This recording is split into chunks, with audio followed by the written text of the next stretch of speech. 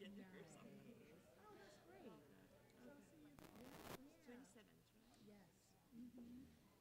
There should be some good, I've kind of been peeking. There should be some good Good. opportunities. Exciting. That's exciting. Yeah. Turned on. So, can you hear me? Oh, there we go. We've got a judge that's en route. I do 15 minutes of dad jokes. Oh, God, help us. No? Okay. All right. Hey. Hello? There we go. You know what?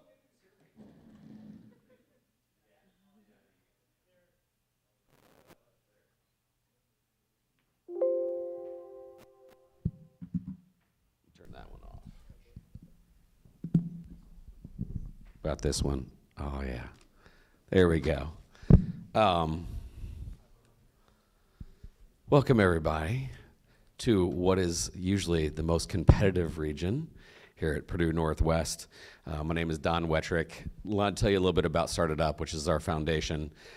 There you see our mission and vision. We teach students to view life through a lens of innovation, entrepreneurship, while building a life of purpose. More on that in a second. Our vision is to build a generation with an opportunities are everywhere mindset, fueling innovation and hope for our communities, country, and the world. The thing that I like the most about this opportunity is that we've challenged you all to not just have a business idea, but solve a problem. And we always say again and again and again in our curriculum and every time we go somewhere, see a problem as an opportunity. That is in such high demand right now. Everybody we talk to, every university, every employer, they all said, we want students with that kind of mindset. So I'm excited today that today's pitch is we're all solving problems. Our core values, as you see right there at the top, is opportunities for everywhere. Not everyone has to be an entrepreneur, but everybody should think like one. Entrepreneurship doesn't wait for perfection, they move now. If it's not what you know, it's who you know, and therefore we want you to start knowing people. And in a world of, this is number 5, this one hits hard for us. In a world of social media addiction, negativity, every person can create real value by being a producer instead of a consumer. I think that we all see right now that a lot of actually adults and students are online looking at everybody else complaining or being successful. And sometimes when we passively just scroll through life, we don't want that. We want to be able to have you guys find opportunities and make a difference. And then lastly, the future economy will rely on people that provide value and build solutions. So those are our core values, and they're all represented here today by you guys. Super impressed that you're already here. We had a lot of applicants this year, and I think just around 2,400. And then to whittle it down to top 10 teams is really difficult. So already from being here, and you're gonna hear me talk later about the fact that if you're here, there's so many benefits that coming with being a regional finalist, but it's super proud that you guys are living those core values. Also a big thank you to today's fellows. If you are a teacher fellow, and there's a couple of you, at least wave your hands in the air, wave them around like you just don't care. Thank you, 1, 2, 3, 4. These teacher fellows are, and it's not a coincidence that a lot of our finalists, darn near all of them, had teacher fellows. This is the bedrock of our foundation. These teachers are giving extra time, extra space in the school to have students not only go over their pitch, but validate some ideas and really go over some of the ideas and opportunities you guys are finding. And then also our regional competitors are invited to join the Alumni Association. We actually have a couple students that won last year that are already in the Alumni Association. I will get more on that awesomeness later, but if you're a regional finalist, which means you're here today, our Alumni Association is getting nothing but bigger and better. We have international travel opportunities. We introduce you to other people. We help you along the way. Because I'm going to say this several times, but this is not a one-day pitch competition. If you come in 1st or 10th today, it does not matter. You're here. And I can speak confidently that the governor especially wanted the Alumni Association. You guys at a university level, at a state level, we are saying you're on to something. And whether you win or lose, we want you to keep going forward. Even if you want to drastically change things, make pivots, it is important that you guys know that this state really appreciates you, and we want to be in contact. Also, check your emails, guys. Because after today, when we do have some opportunities for you, if you don't check your emails, then you won't know what those opportunities are. But yes, really super excited about the Alumni Association. As most of you know, this is probably for the other people in the audience, this is our timeline. We kicked off things in September. Students had that time up until February to come up with their artifacts of their idea, their lean business canvas, their executive summary, their video. We closed it out on February 3rd. Obviously, the regional competitions are going on now in April.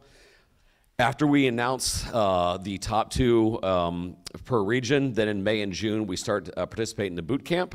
And then we have our finals in June 15th. After that, in July, so June and July, we go to the winners of the high school pitch competition will be going to Washington, D.C. Y'all, we have a power-packed lineup of people to meet in D.C. And then our Alumni Association, we have some students and teachers going out to Milan, Italy, as we are a guest of the Italian Motor Valley Consortium of Ferrari, Lamborghini, Pagani, Maserati, all the cars that end in I. This also, and I'm being dead serious, students, if you want to get out your cell phones, the Indiana Venture, you guys are they're taking you guys so seriously that now TechPoint is involved and now the Indiana Venture Support. This is a free resource to connect entrepreneurs to services that support innovative ideas. The fact that you're a regional finalist, they want to work with you now.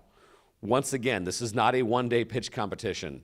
Oh, and also, like, side story, we had a student last year that came in 2nd or 3rd in a region who eventually got acquired for $100,000. So sometimes it may not be the right fit today, but you're on display. Other people might go, oh my gosh, you're closer than you think.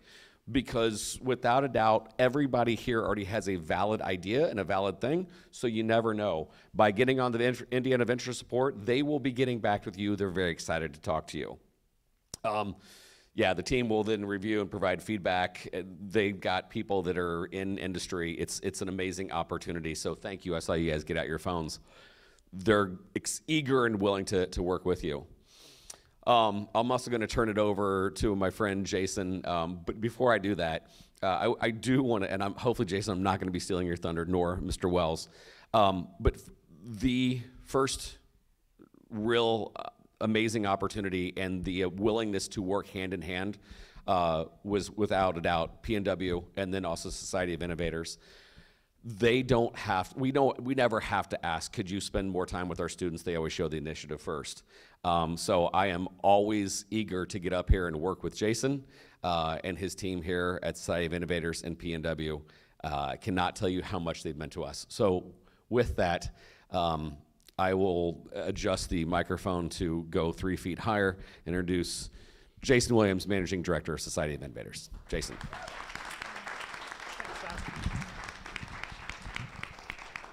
Yeah, well, thank you, Don. Appreciate it. And it's always a pleasure. We love hosting Innovate WithIN and getting to work with you.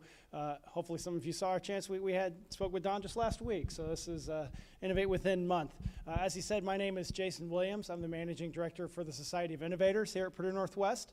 And we are a nonprofit organization really focused on building entrepreneurship and innovation throughout the 7 county communities of Northwest Indiana. And one of our founding principles is that innovation can come from anywhere, and anyone can be an innovator. And we are always excited to get to play a role, and they do the heavy lifting. We just simply play the role of connecting some dots up here to host. But we love hearing from the Innovate WithIN students every year. I think that mission couldn't be more true than what we see every year with the students that these schools in Northwest Indiana are putting out and competing in this competition. And as Don referenced, our region has led the state, continues to lead the state. I like to think there's something in the water up here, but truly this is best in class, and we're excited to hear from the 10 teams this morning. And I know all of you are going to be excellent. We had a chance the last 2 weeks to meet with most of the teams and some interviews, and again, we're just continuing to be blown away. And kudos to each one of you. One thing that we like to talk about with Innovate WithIN is, this is a state competition. And in athletics, when we, consider this is the round that you earn a spot in the state title. So you earned a spot in semi-state for Innovate WithIN, and we are super proud of that and can't wait to hear from all of you this morning. And good luck to all of the teams. So again, enjoy the morning. I'm going to introduce my colleague here at Purdue Northwest, Matt Wells, to tell you a little bit more about the university. And Matt is I have to have a cheat sheet, Matt. You got one of those 20-word academic titles. But Matt is the Associate Vice Chancellor for External Engagement and Development here at Purdue Northwest.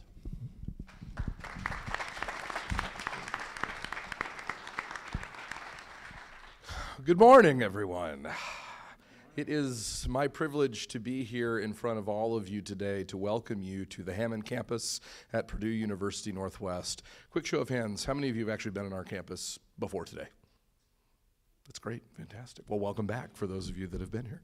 I'm going to keep this brief, but I'd like to start by just saying thank you to every single person in this room that has taken the time over the past couple of months to dive into your inspirations and put together the pitches that you're going to give today. You may have heard it said, you'll see it every once in a while in the news, that small to medium-sized businesses are the largest creators of new jobs every year, right? They are actually the only creators of net new jobs every year. Large enterprises create jobs, but they also shed jobs as they turn over their product lines, et cetera. So you are at the beginning of something that has the potential to create intergenerational wealth, to help create new jobs for a new economy. You are the folks that are going to do that. And that is so exciting to be in the room with all of you. So I want you to just give yourselves a round of applause for that. So.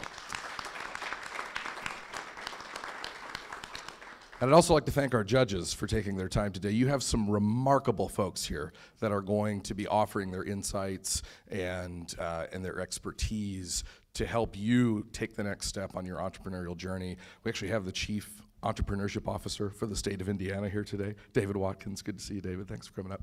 And you're going to have moments in your life that you're going to remember.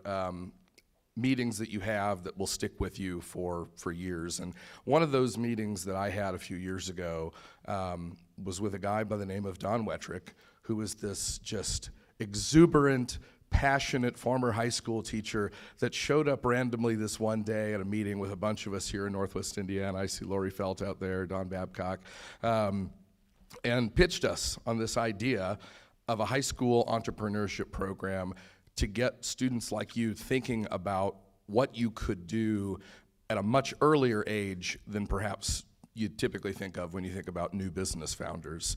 And sometimes you just know something is going to be a big deal. And a lot of us in the room that day knew that this was going to be a big deal, and it has become a big deal. Everything that Don told you about the alumni network, everything that you're going to have the opportunity to do as a result of your participation in this competition, including scholarship opportunities. The fact that you're here today, there are scholarships available to you here at Purdue University Northwest if you'd like to continue your education and continue working on your ideas and your concepts and bringing those to market. We'd love to have you here. So that was one of those moments. And I hope that this experience for you is one of those moments in your life that you look back on and say, that mattered. That changed the calculus. That set me on a path that I can look back and point to that moment.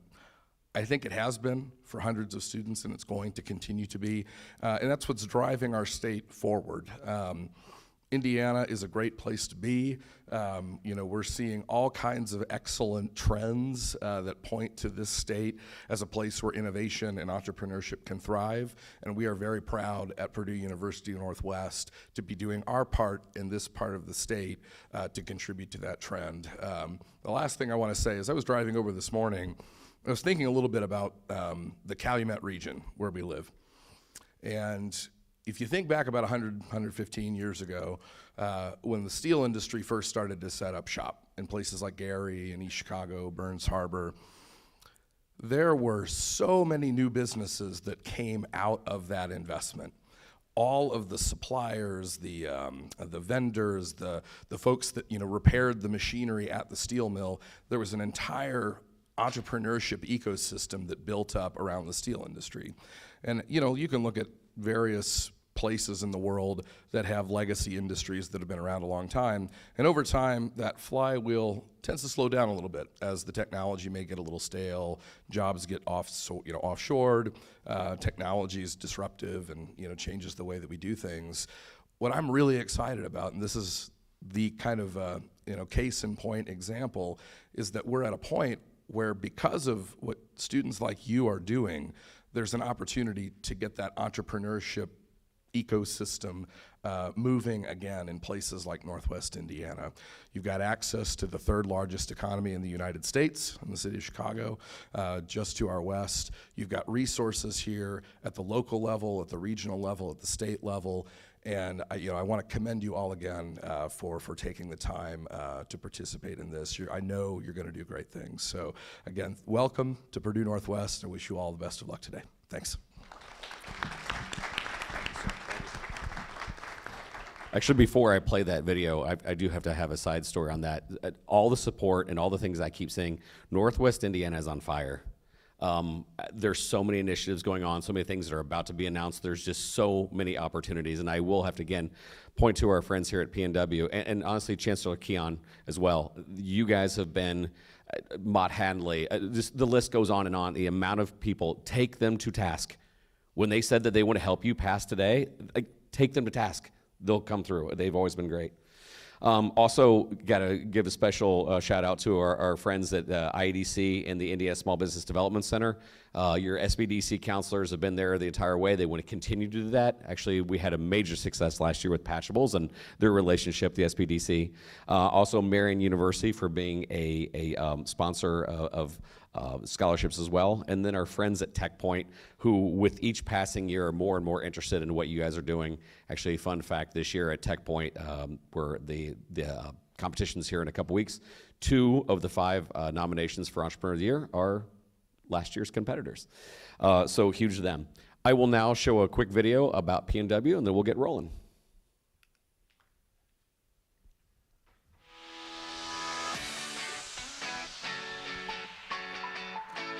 My experience here has been great. I have a very strong connection to other students. Everyone makes an effort to help each other.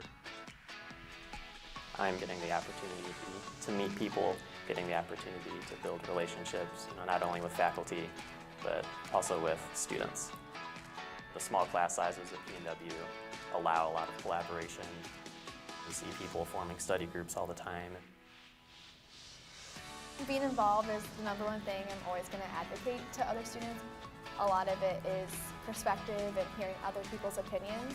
You all are different, but each one is bringing something to the table. One of the most important things, I think, is being able to build a relationship with your professors. Almost every single professor I've had, I'm on a first-name basis. I have been able to go to them for advice and actually know that they're supporting me and on my side and want the best for me. By building that relationship with faculty, I was able to get involved with research, which was really important for my career path. You get to see all of the practical applications of the things that you're learning. It's one thing to read about a procedure or a method or an idea in a book versus actually going into the lab and physically doing it and seeing the results of it. The education that we're earning is active learning, so it prepares us to do the job that we're going to do when we graduate. I feel that I will carry forward the memories that I had while at PNW. I'll remember the feeling of being here, the feeling that I was a part of a family. I'm part of something, I'm a part of something bigger. I'm a part of Purdue Northwest.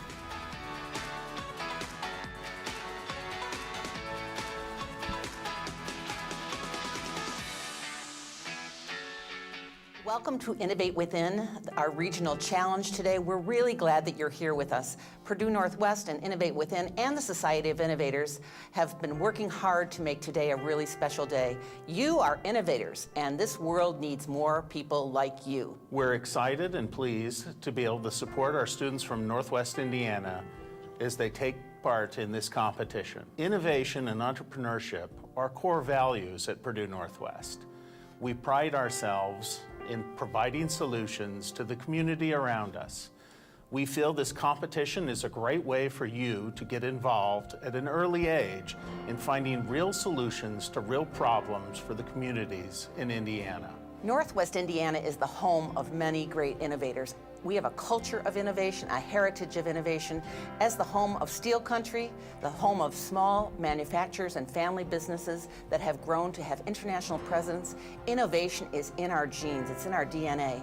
Here at Purdue Northwest, we encourage that sort of creativity and innovation in our training. We pride ourselves in innovation and applied research with more than 70 different degree programs in a variety of areas. We're here to serve the needs of the region and beyond. I know how important innovation and leadership is. It goes hand in hand. We need innovators, we need our youth to begin to think in an innovative mindset so that no matter what career path you follow, you will have the innovative skills and the way to think like an innovator because it's required all across our culture. We look forward to seeing you in our labs and our facilities developing great new products and new ideas for the future. Ideas are not constrained by boundaries. We're excited to see how you apply your knowledge to solving real problems faced in our communities. Good luck in this year's competition.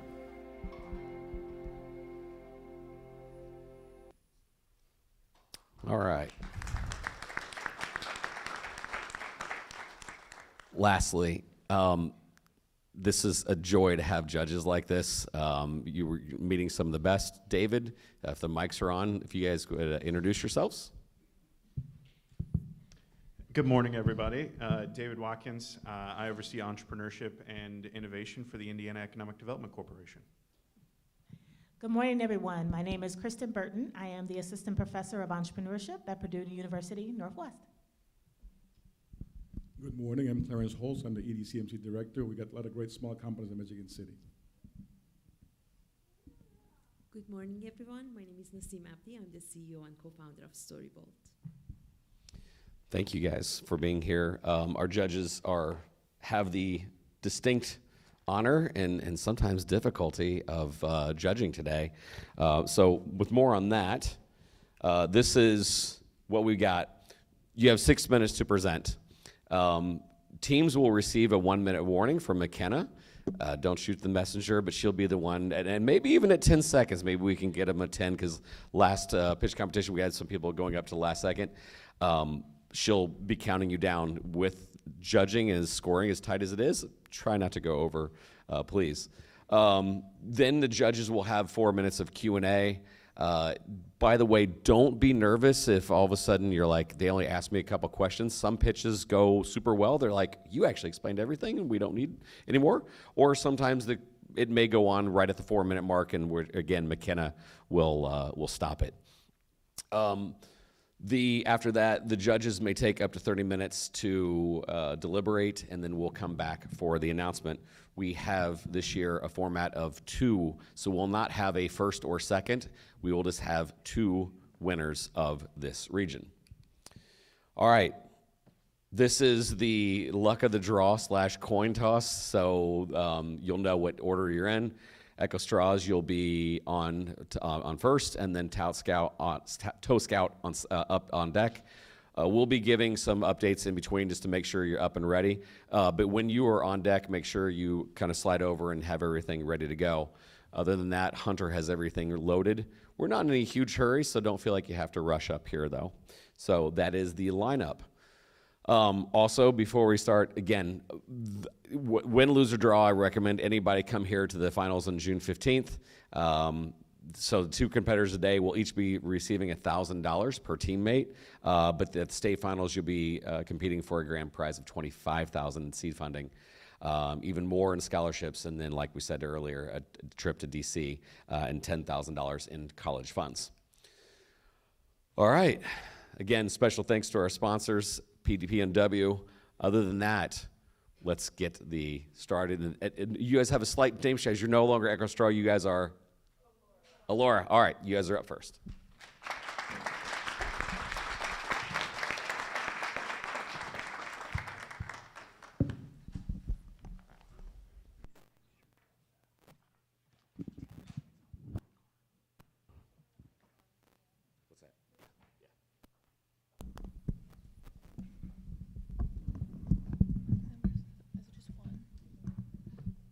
one mic. Okay. So you can hold that one.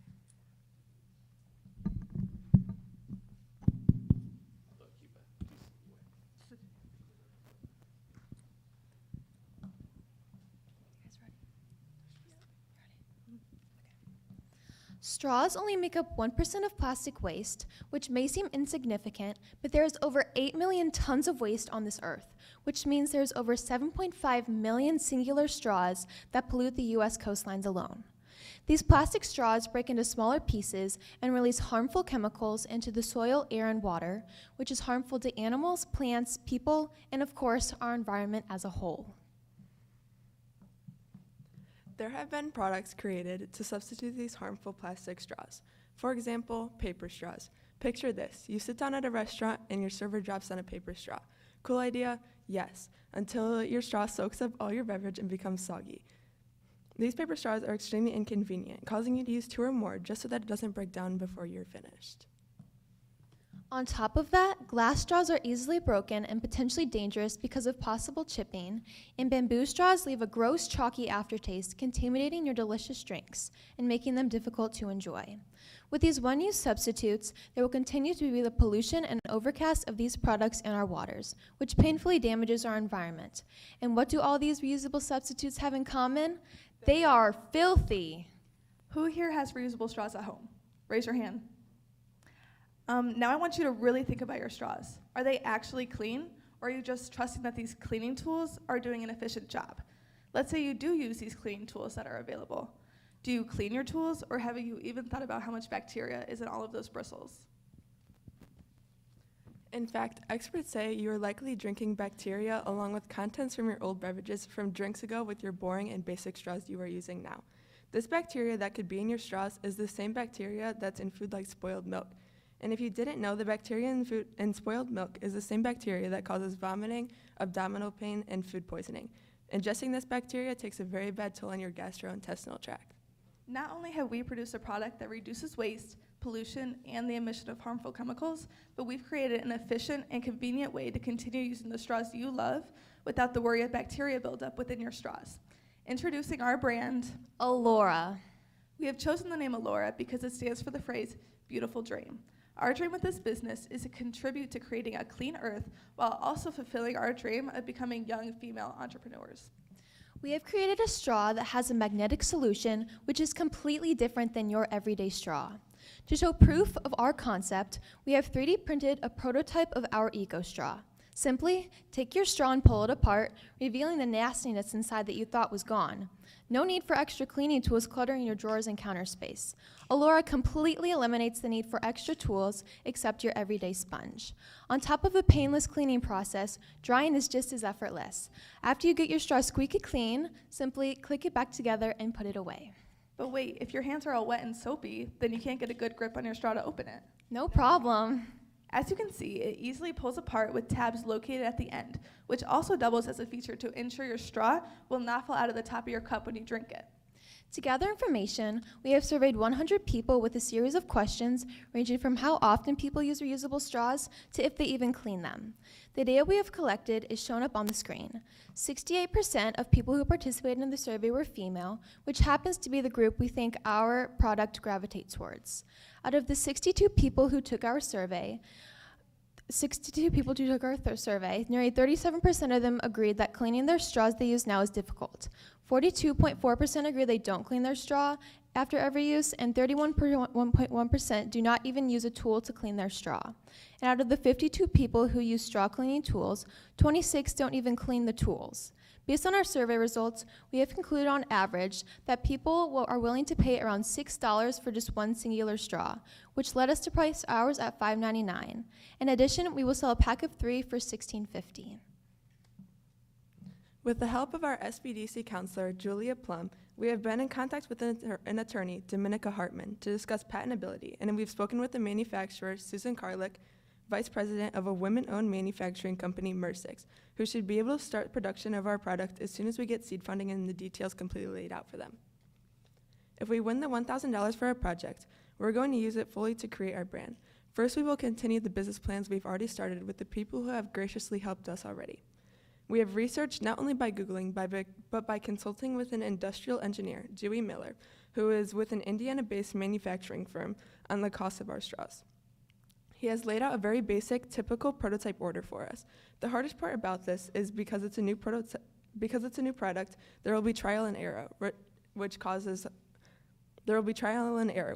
high cost for labor and tooling at the start. Miller thinks that we could begin our prototype order for $1,000. We've recently found that it may actually cost us less than the $2 that we anticipated to make each straw. When our business kicks off, we will expand our inventory to include new sizes and lengths, and we've also done research on some of our competitors that have similar straws close to ours, such as one called Wonder Sip. We differ from this company because our straw fully separates and theirs does not. They have a hinge that creates bacteria, and ours is made out of stainless steel and not plastic, so it's environmentally safe. Our planet is being overrun by plastic and pollution, and we all need to work together to help clean it.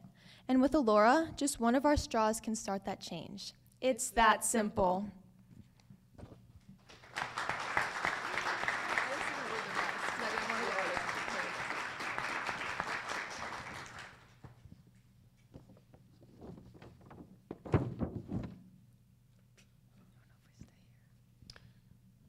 Well, good job on your pitch today. One of the questions I had was related to the costing. How did you arrive at the cost per straw, and what type of expenses went into that? Okay, so when we were talking with Dewey Miller, don't mind that. When we were talking to Dewey Miller, he actually told us that it'll cost $1,000 to start our production of the prototypes, which is when we would actually figure out trial and error and print multiple runs of straws and figure out what works best and what doesn't, which would be $1,000 would go to the $250 for the raw materials, $500 for tooling, and another $250 just for labor. And then we wouldn't be able to figure out the price of our straws when we mass produce them until our prototype run is done. Have you asked your potential customer if they would pay $16 for a straw? Have you gotten any traction with any pre-sales? Yeah, so we actually followed up with a couple people after the survey. Our survey question was just on one singular straw, and then with some people that we looked like on the information and below with their names and followed up and saw if they would be willing to pay around the $16.50, and some said they'd be willing to pay up to $20 for a pack of 3. I've got a question. Is this mainly for commercial use or also personal use? I'm just trying to figure out how do you carry it around as a person? We definitely said that it would be more for personal use, but we've also thought about selling them to businesses such as Starbucks, Dunkin', anything that sells straws with their everyday product, so that people aren't buying as many single-use plastic straws and are buying our stainless steel or reusable straws instead. We also wanted to pair up with Amazon since they're an uprising company, and we think that they could help us expand inventory, like to gain traction from just people that use Amazon every day. Brilliant presentation and a really great challenge that you're solving. What is the biggest challenge that you have today when you're thinking about taking this to market? Like, you mean the biggest problem that we're trying to solve? Yes. Just the how much plastic is being dumped into oceans, and just you see on the side of the road there's people that just throw plastic straws outside their car windows, and we just hope to reduce that waste. And reusable straws are such like a new thing that are coming into play. There's so many businesses that are using them, but they're all just single like metal straws. You can't really clean them out, and there's the straw cleaners that you can like stick inside of them. But I know that me personally, and we've also asked a lot of people, they have them, but they don't really clean out their straws, and then those tools get dirty, so it doesn't remove any bacteria. And they're not even cleaning like the tools they're using to clean the straws, so they're just putting that right back in the straw. This is an interesting question to ask here, but how's the effectiveness of the straw, given that it's not, completely airtight, in terms of if I'm wanting to drink my drink or my milkshake, how does it work? Okay, so with that, our prototypes that we have in front of you, because it's 3D printed, it's the rigid material, so there's not a tight seal yet, but when we go through our prototype run with MER6 and Dewey Miller, we should be able to fix that problem. And with the stainless steel, it'll be a clean surface, so it should be able to connect well and create that suction you need for your straw.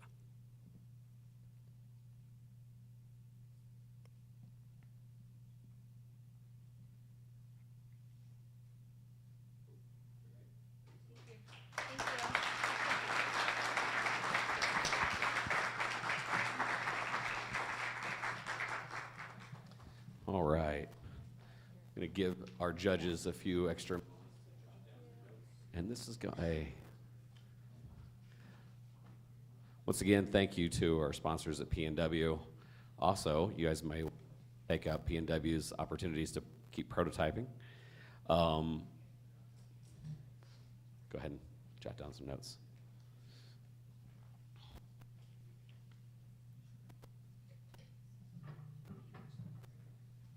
Cool.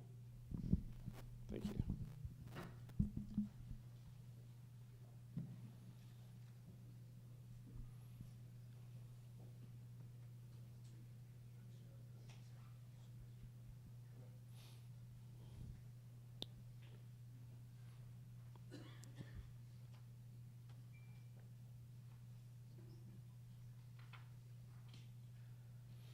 As I see them jotting down the rest of their notes, Novos, you guys are on deck. And taking the stage now is Toe Scout.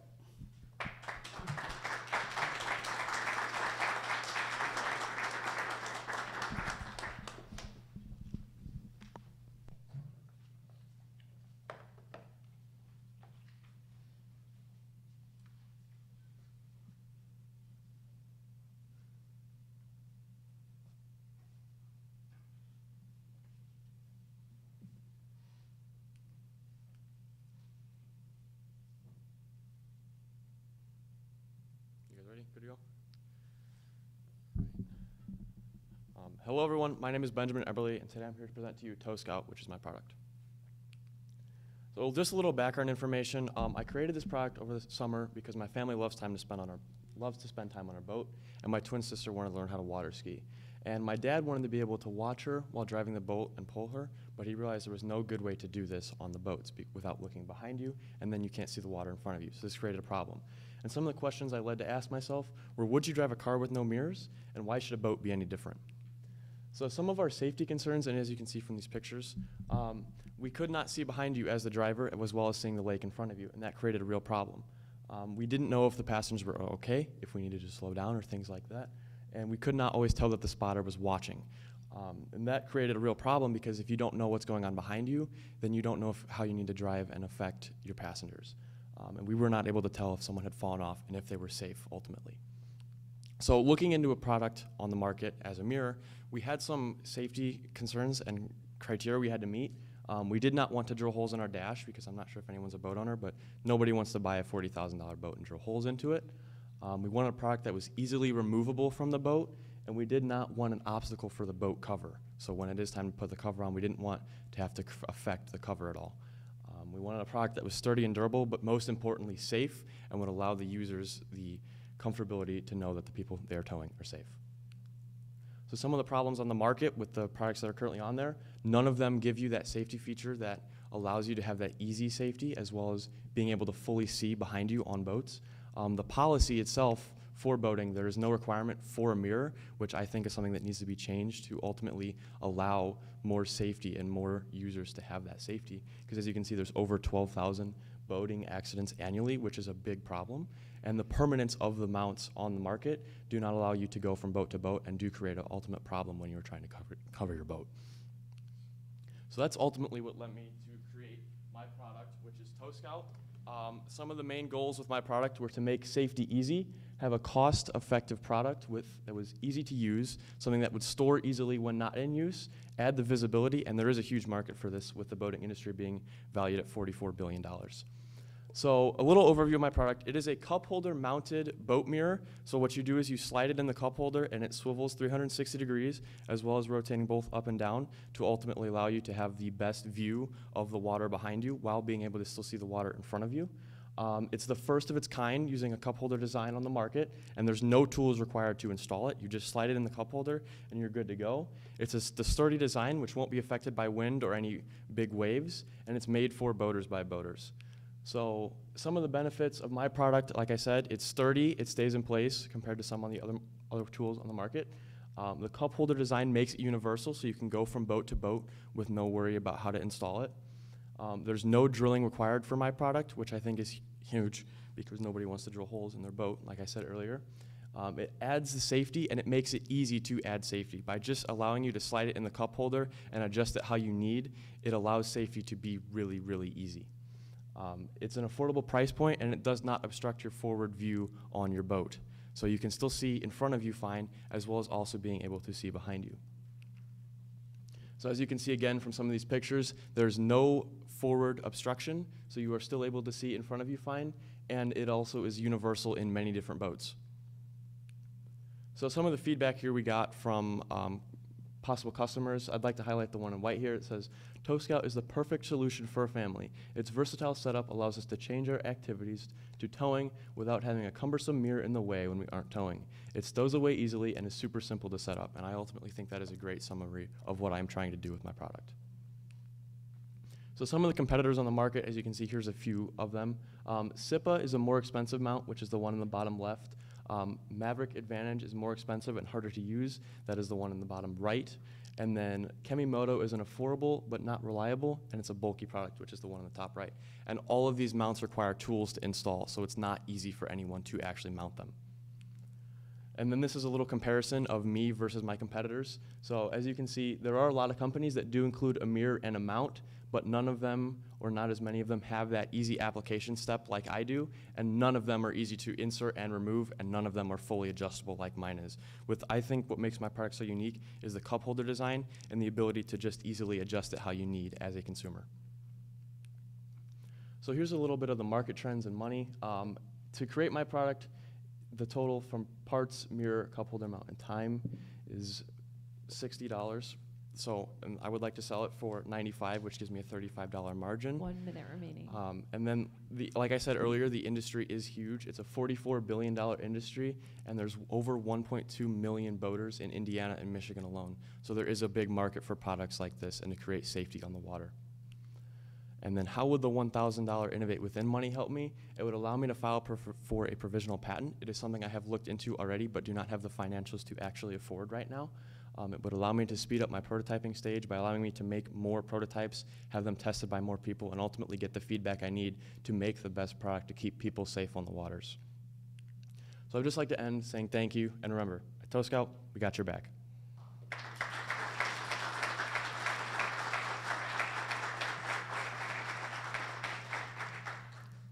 Good morning, great presentation. Thank you. The weight, is it heavy enough so it won't? Yes. The boat kind of Yes. So when we tested it in the summer on our boat, there was no problem. It stayed in the cup holder, and it stayed actually exactly where you adjusted it to. So there was no bumping or moving of the mirror that was not intended. Would there be opportunities for advertising on the back or on the mount? I mean, for let's say somebody wants to put an ad in the back of the mirror or on the mount itself. I mean, could you say that again for me? Opportunities for advertising, advertisers, if they wanted to put something on top of it to sell, I guess to increase their revenues.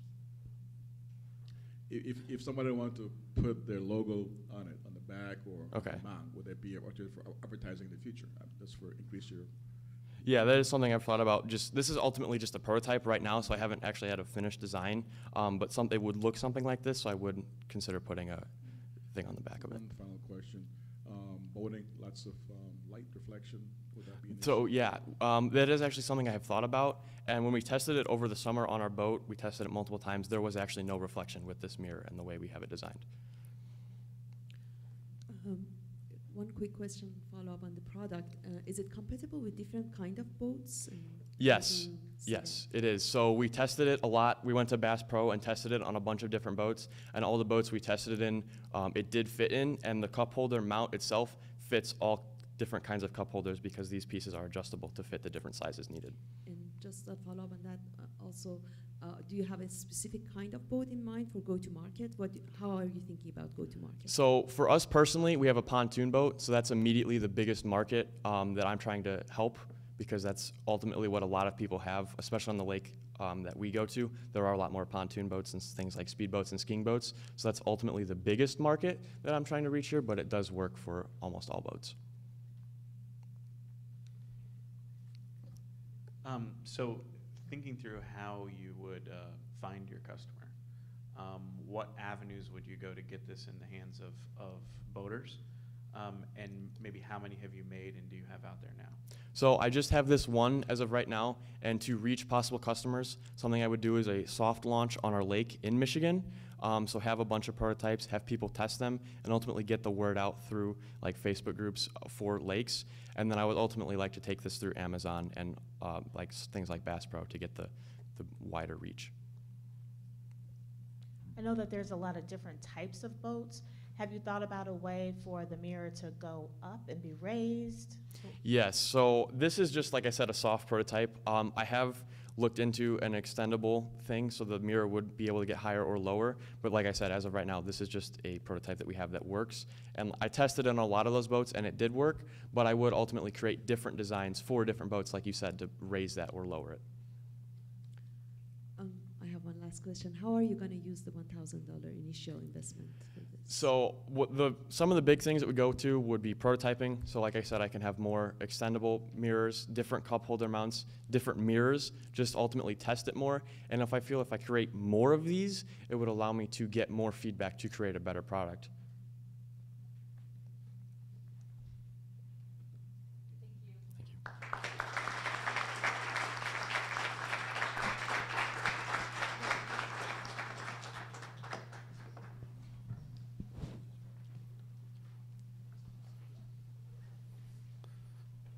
All right. As our judges jot down their notes, and Novos, you're up next, and Recup, you're on deck. Wanted to give, again, a shout out to our friends at PNW and Society of Innovators. Fun fact, whether you made it to the regionals or not, so even some of your friends that applied, if they choose to go to PNW, Society of Innovators is willing to give a participants $250 in book scholarships to any full-time student. So again, some of your friends that did not make it to the regional level, it goes to them as well. So it's a $250 additional scholarship for books sponsored by PNW. Also, as they wrap up some notes, I want to remind you that I keep hearing about all these opportunities for more prototyping. Just know that there's a lot of partners out there that would like to work with you, and I just have seen so much of that go on here recently at PNW. And their willingness to help you build and scale other prototypes. All right. Letting them have a few more moments to jot down notes. But Novos, you guys ready? All righty.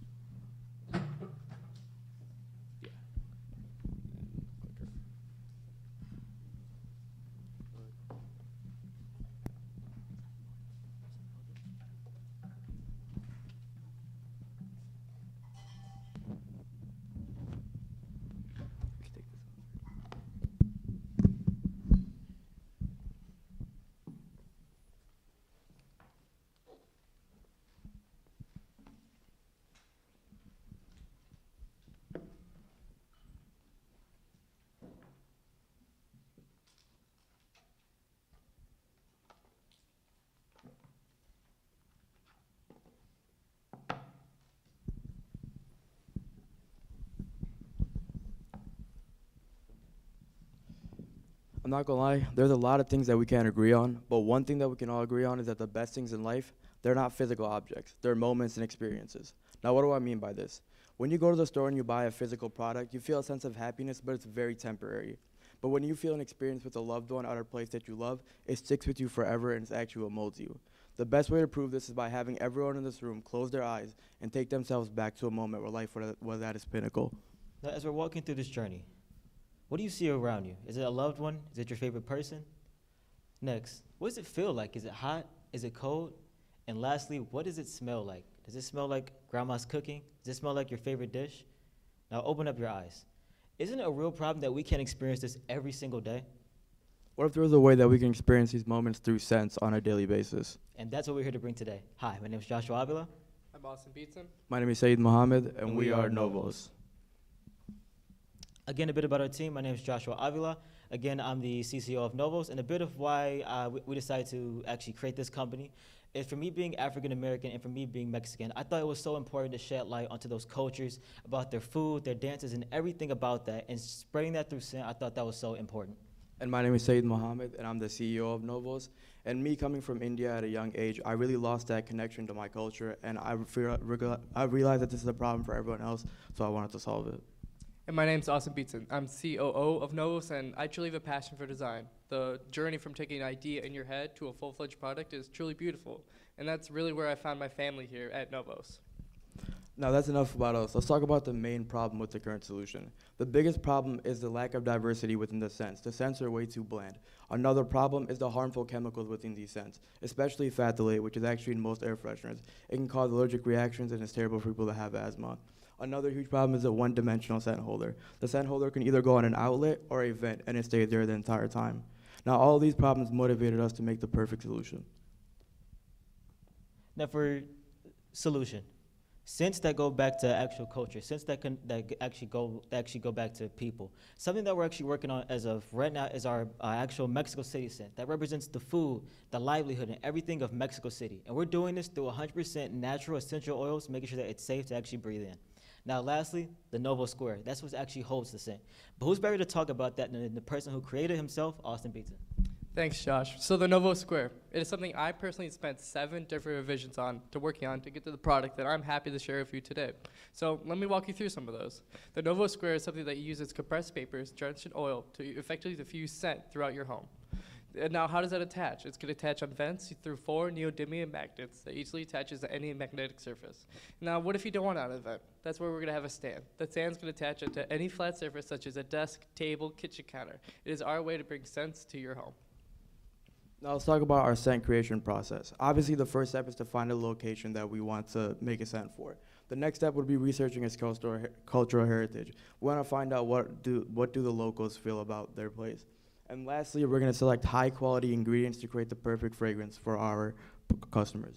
And right up there is our actual Mexico City box. On the outside of it, it's a nice and modern, sleek design, but on the inside is a pop of color that actually represents the food and everything of Mexico City. Going down is our actual painting, our right up stage right there. It was created by an actual local artist named Hector, and he put his whole soul and everything that represents Mexico City into that painting, and that's going to go onto our actual boxes. Next is the actual Novo Square, and that's what's going to put out that actual high fragrance scent. Now let's talk about the Novos UVP. Compared to our customers, our price is very reasonable. We're also we create cultural scents. We're more accessible because we can go anywhere. And our scents are 100% natural. And lastly, we're the only company that uses compressed paper and oils. Now for traction. Over via Insta, we have 1,000+ followers, over 15,000+ views, and we're followed by a big name influencer, DJ Khaled, who is loving our product. And for testing our theory, we decided to sell 2 different candles. We sold a Ramadan Ritual candle, which is a Muslim holiday, and we also did a Mexico City collection. Now, these 2 candles made us $2,000 in revenue. They also helped us realize that our scents are actually enjoyable for people, and we found a target audience through these scents. Now, the finance projection, just for the actual Novo Square only, for actual year 1, our total revenue is $14,500, scrolling all the way down to our net, which is $5,300, and jumping all the way to year 5 for a total revenue of $40,000, and our net would be $23,000, grossing at 80% margin all through 5 years. Now, for investability, what would we do with $1,000? 1 minute remaining. With our $100, we would spend on packaging, we would spend $100 on marketing, and then $400 on research and development, and another $400 on scent creation. Now, for our break-even point, if we can sell 180 units at $14 a product, we would be able to break even and eventually start making profit. Now, let's talk about why we are worth $14 a product. So at $2.85 per unit, we're going to be selling at $14. That $14 is going to be including the paint, packaging, resin, scent, everything that goes into our physical product. But also, we're going to put some value on our uniqueness to the fragrance market, that we're using culturally inspired scents for our fragrances. And so, with that being said, thank you for your time. We are Novos.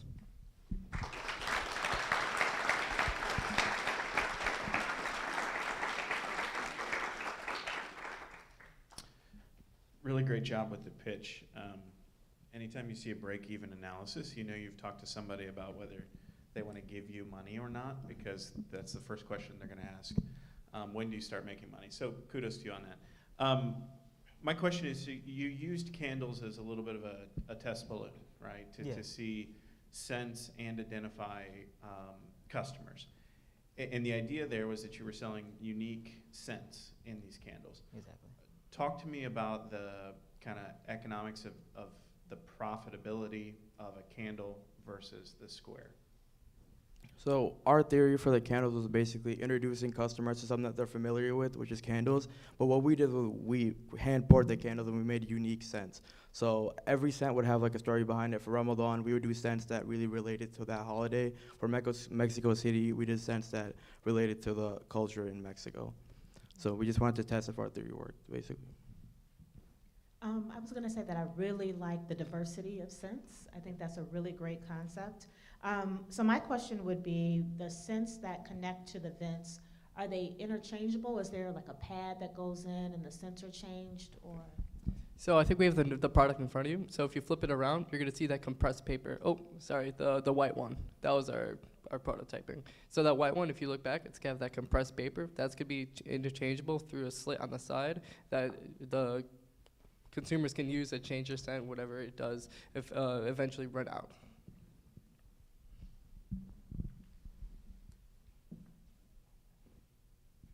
Brilliant presentation, and I also love the diversity and how you're looking into a different market. Thank you. Thank you. Yeah, and if you tell us about like how you compare this product to other competitors in terms of unique value that you are bringing to market. So I feel like the most unique thing about our company is the fact that we're pushing culture through scents. Like if you look at Febreze, you'll get really basic scents. You'll get like fresh lemon, you'll get like a fruity scent, but it won't have like a story behind it. You'll smell it once and you'll probably forget it later on. Our scents actually tell a story. They connect you to nostalgic moments and culture. So that's why I feel like we're more unique. And we go on an event, which most products don't go on. Talk to me about your go-to-market strategy. Are you going to try to sell these direct to consumers, to businesses, through retail? What does that look like? Yeah, so for that, definitely on our actual web page, we're definitely going to sell it and push that out most, but definitely locally going to market, selling to people that tailor to those cultures. I think that'd be the most beautiful thing, just to see them connect to their culture through scent and through our product. And just to add to that, I feel like we like the idea of selling it on our own website because we can control the experience. Because if we did it through Amazon, there isn't really an experience behind it. We want our customers to feel like they're experiencing a moment through our scents.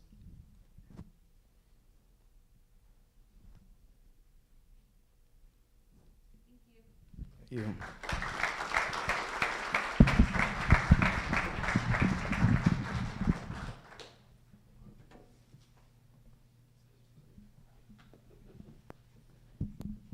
Thank you, thank you, thank you. Let you guys jot your notes. Oh, thank you.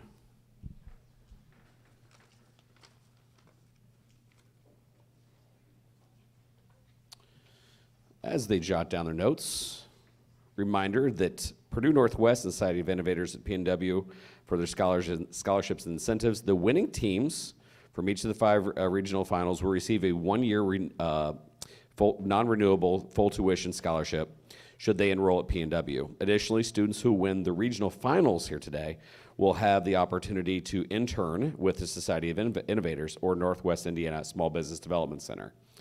The opportunities to take advantage of these are nothing short of legendary, and we, again, thank them as we want to see you move past just today. I'm going to keep saying that. But as you see, the first pitches we've had, obviously, man, good luck, judges. Whew. All right.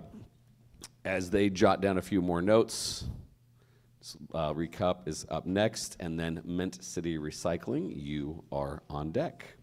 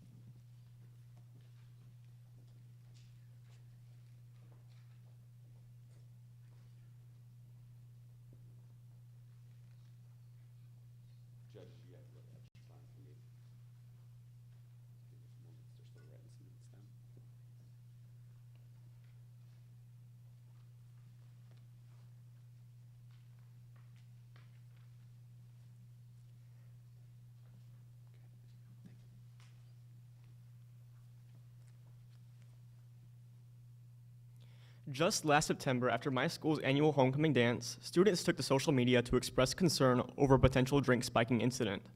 After consulting with my parents, I came to the questions, what would I do if my drink was spiked? How could I prevent this? These questions led me to the creation of Recup. Hello, my name is Connor Neiman. I'm a junior at Hooper High School, and my passion for chemistry truly drives me the idea to formulate and design a product that will combat drink spiking in its entirety. According to the American Addiction Centers in 2022, about 27% of adults have experienced drink spiking in their lives. However, this does not account for earlier ages where it can also occur, such as children in high school. The most common places where drink spiking occurs are school functions, college or home parties, bars, and music events. Because of the wide age and location range where this can occur, it's hard to prevent and hard to predict.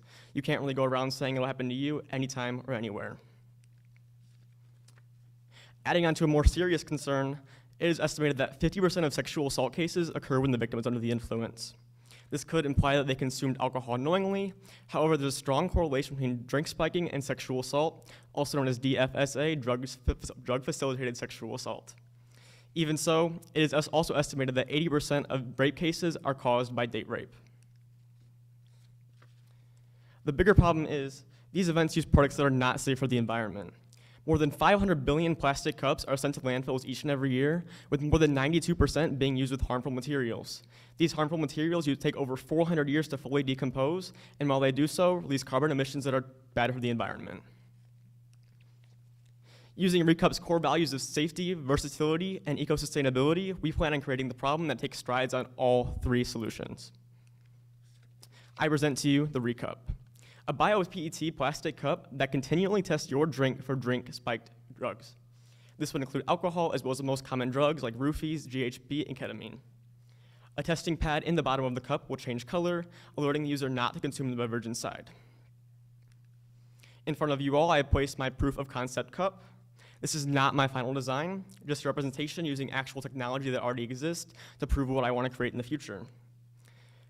Using a cup that was 8 cents and a test that was $1.07, I was able to simulate this.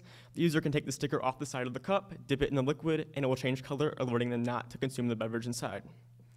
If I were to sell this model, I'd sell it for $1.65, profiting about 50 cents per unit sold. To put those numbers in perspective, if I were to sell this at a music venue, which annually, the average minimum is around 500 attendees per event, and there's about 10,000 music events average each and every year. Using the price I calculated earlier, I'd profit about $2.5 million if I were to sell 5 million cups at these events. As for alternatives, Recup definitely has a lot of alternatives when it comes to trying to combat drink spiking itself, one of which being the nightcap drink scrunchie, which doubles as a scrunchie for your hair and a cover for your drink. The other being the Undercover Colors nail polish, a clear coat for your nails that tests your drink. Although Recup does protect you against alcohol as well as the most common date rape drugs, the Undercover nail polish does as well. However, this poses a new safety concern, being coming in contact with the contaminated liquid. The nightcap drink scrunchie, if left unattended, can be tampered with, and you would not even notice it was tampered with at all. All of these products are sustainable, however, whether being a multi-use product or a single-use eco-friendly cup, they all help the climate crisis that we're dealing right now. However, Recup really comes into play when you consider leaving your product at home. We plan on targeting distributor markets, so it's given out at the event itself, sold for an extra $2 fee. This makes it more available and really easy to get a hold of if you're in the moment of struggling. Although I'm at the regional competition right now, we have a big plan for the future. By the end of 2023, we want to have a laboratory-tested cup ready to be manufactured. We also want to find a cup collaborator to lower the market barrier entry for our product itself. By the early 2024, we want to have the first variation produced and ready to be sold. By June 2024, I want to market to my local summer market, where they have a bar venue where I can supply these cups to prevent against drink spiking in my local community. By 2025, I want to market to big music festivals, such as Lollapalooza, which is close to our vicinity, and maybe even Coachella. To get traction from the product, I conducted a school-wide survey that included students and teachers. About 67% of individuals said they attend the target market events, those being music events and school functions. To add on to this, about 47% of respondents said they knew someone that has experienced drink spiking in the past year. And on top of that, 61% of those respondents said they would purchase a Recup for $1 or more. Last week, I also had the 1 honor of minute attending. remaining. Last week, I also had the honor of attending my school's Maker and Innovator Fair to gain real market validation, where multiple people were interested in my product and wanted to have further purchases in the future. With the $1,000 prize, I spent about $200 on my social marketing campaign. I spent about $800 in the lab researching and developing my product itself. Obviously, I'm a high schooler. I cannot get access to the products I need to design and formulate the testing pad for the bottom of the cup. Recup. It'll keep you sipping safely. Thank you so much for this opportunity. The floor is now open for questions.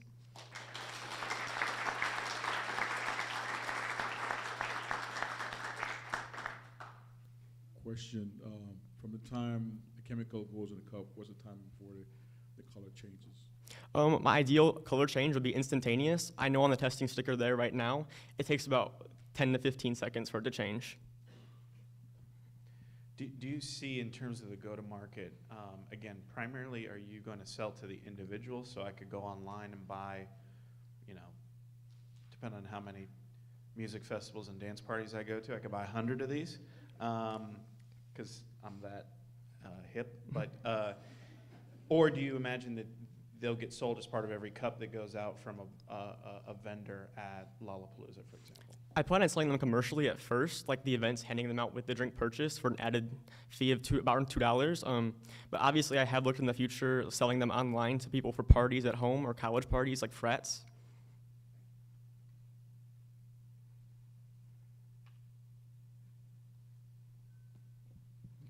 I will say that I think this is a wonderful idea. I love the fact that you know, it could happen instantaneously if your drink is tampered with. I think that's a big issue and a great solution.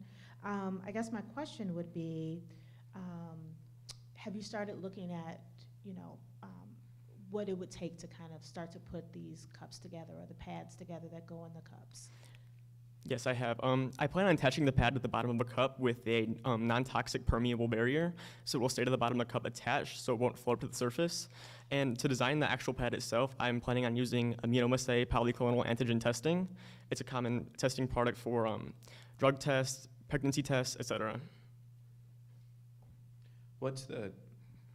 So you hinted at this just now.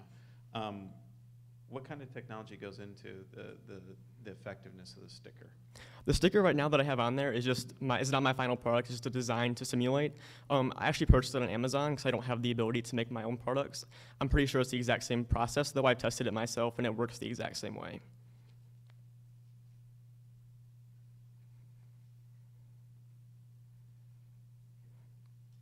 Thank you so much.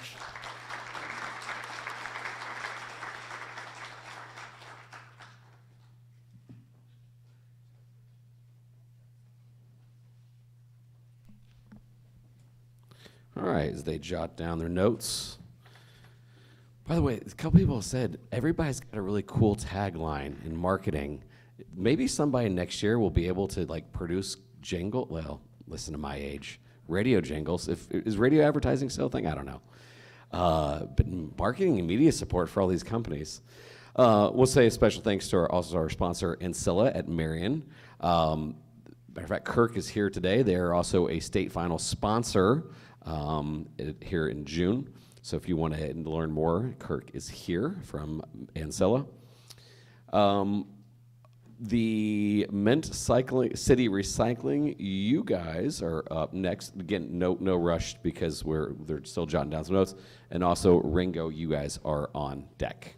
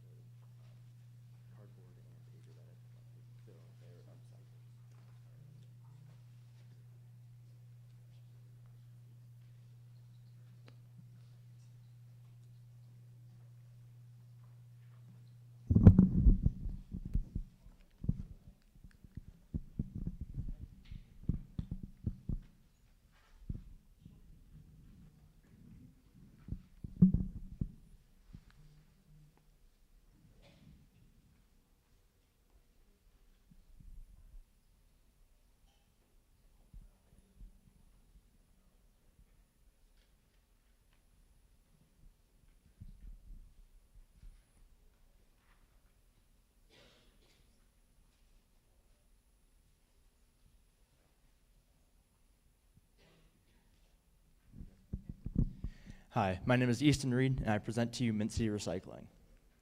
So there are two main problems that I have found in my community with the current recycling service. The first being their transparency. The people of Bremen, they don't know what's happening to their recycling. They don't know where it goes and what happens to it. And so at the current time, they're just very skeptical of the recycling service itself. Another problem is the collection days. The service changed their collection days from weekly to every other week while keeping the same pricing rates. But changing it to every other week, it's just not often enough for households. Households don't have the storage capacity to store 2 weeks worth of recycling, and that ends up with recyclables getting thrown into the trash. But there's also a big picture problem of recyclables entering the environment. If on a community level we aren't recycling, we have things such as the Great Pacific Garbage Patch, where trash and recycling is ending up on the daily. And in turn, that also affects wildlife and society itself, and we get things such as the bottom two pictures happening on the daily. And so my proposed solution is putting recycling drop-off zones in Bremen for households to use. What this will do is it grants more responsibility to households itself, while also providing less labor costs for my business. It is also less expensive for households to use. These subscription service would be $5 per month rather than the current $7.50 per month that they pay. I also do recycling collection for businesses. These businesses can opt for either a weekly or bi-monthly pickup, and it is $20 for bi-monthly pickup and $35 for a weekly pickup. Now, there are two big things that make my company unique. The first being my transparency. I think as a recycling company, it's very important to be transparent with your clients and customers. That way they know what is actually happening to their recycling. And so what I would do is I would display all this information on the website that I would create, such as providing links to these other companies' websites where this recycling is ending up, things such as that. The other thing that makes me unique is that I'm a local small business, and in Bremen, small businesses are known for giving back to the community, and they also have a lot of support from the community itself. So currently, as a functioning LLC, I am working mainly with businesses right now until I can grow. But right now, my expenses for starting up at a business is $25 per trash can that I provide. And with current experience, that has ranged from either 1 trash can to 4 that I've provided for businesses to use. The other two costs are gas and labor. Gas is kind of hard to gauge because it does fluctuate daily. And labor doesn't have a monetary value right now, as it's just myself that's working and I'm not currently paying myself. And right now for revenue, I am selling the subscription for between $20 to $40 per month, depending on if they're in town or just outside of city limits. And right now I'm making $105 per month off of subscriptions alone. I also sell the recycling. Right now, the aluminum cans, metal that I'm collecting, that is being sold to OmniSource in South Bend. And then the plastic and cardboard is being stored until I can gain enough to sell at a later time. Now, this is what my revenue could look like in the future when I start working with households. So it'd be $5 for a monthly subscription just for one household. There's roughly 1,800 households in Bremen, which is $9,000 per month, $108,000 per year off of subscriptions alone. Now, from selling recycling, the average American produces 1.5 pounds of recycling per day. The current pricing rates are listed for aluminum, plastic, and cardboard, and there are 4,660 people in Bremen. Multiplied by that average of 1.5 pounds per day, it comes out to 7,036.6 pounds per day that Bremen would be producing on its own. Now, what I'm currently doing, like I said, I am a current functioning business that has an LLC. I have 3 clients, and I'm continuing to pursue more. Currently making $105 per month, and I collect metal, plastic, and paper and cardboard. I also created a recycling club at my high school. It was created in 2021 with 9 members. We currently have 23 members, and one of the projects that I'm doing in that is we collect the bottle caps off of bottles, and we have stored them. That way we can turn them into a park bench to provide to our school. There is a program in Evansville that does that for, you just have to pay 1 extra minute cost. remaining. And at the recycling club, we collect aluminum cans, plastic, and paper and cardboard at the high school. Now, if I were to win the $1,000, I would put this towards a future storage space. Right now, I don't really have that big of a storage area to store any recycling that I collect. So what this would do, it would allow me to restore more recycling before I have to sell it, as well as allow space for any machinery that I may need, such as a baler for cardboard and plastic. Thank you.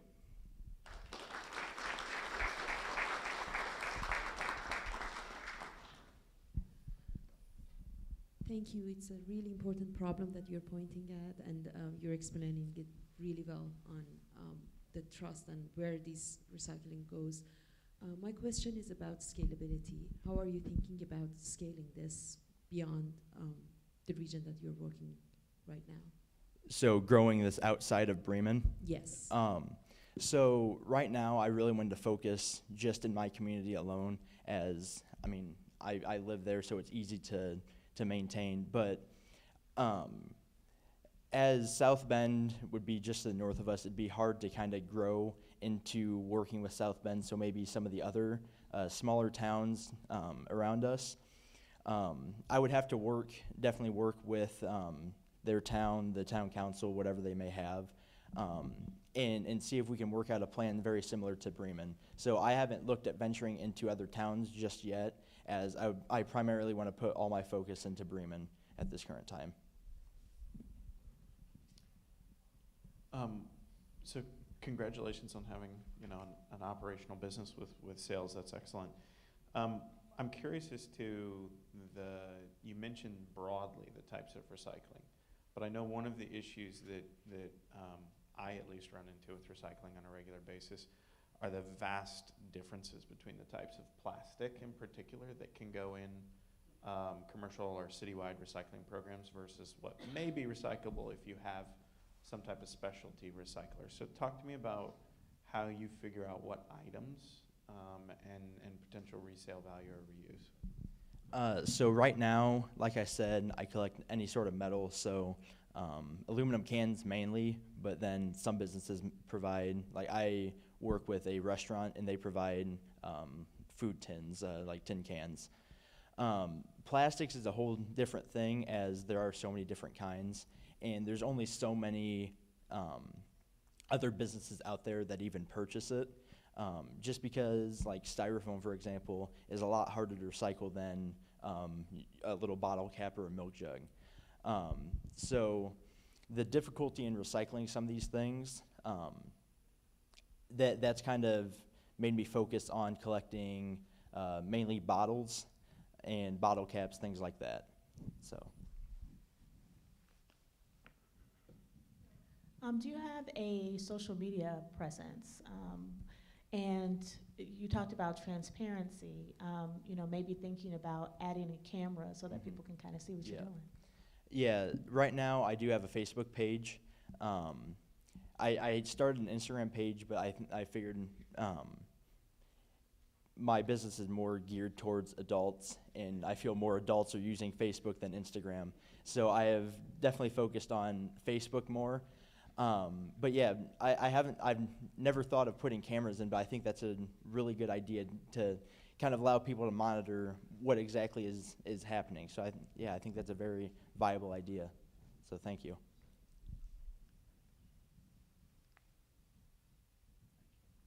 Thank you.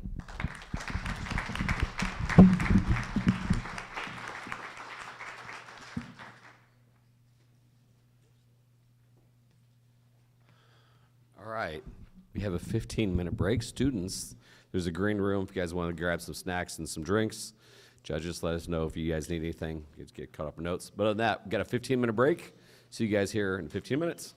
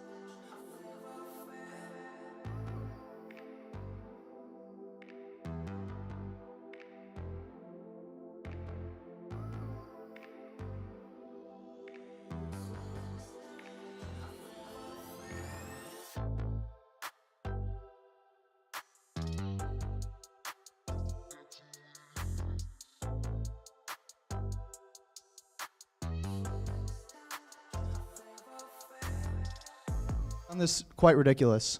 It's just inaccurate and it's inefficient. It takes too much time and there's too much risk of getting the wrong number.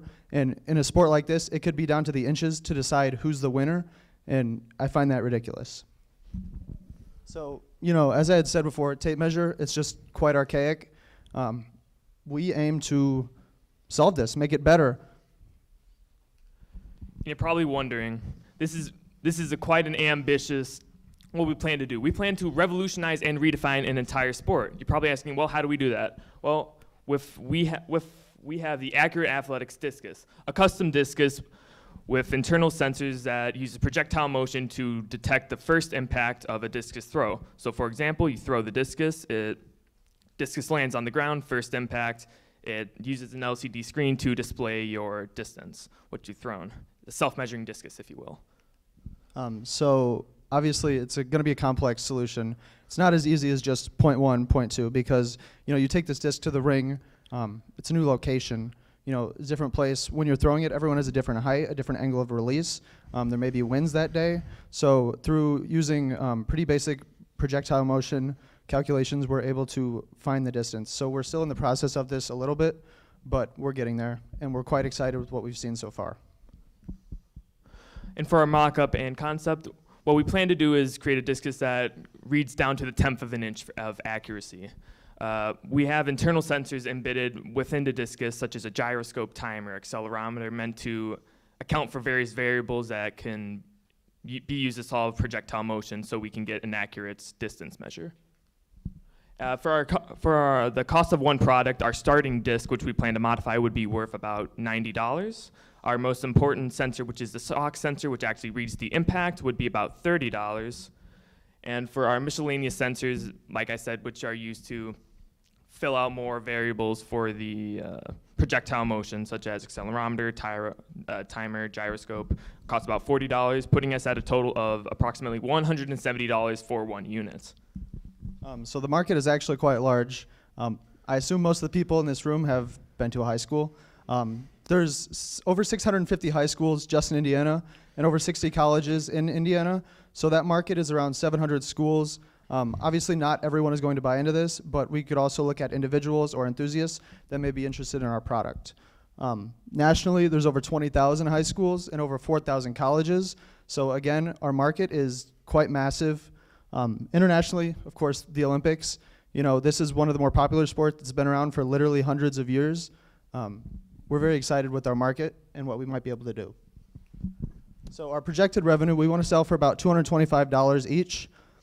With around 700 buyers in Indiana, we're looking at, you know, each buyer may be buying 2 to 3. You know, obviously the bigger schools may buy 10.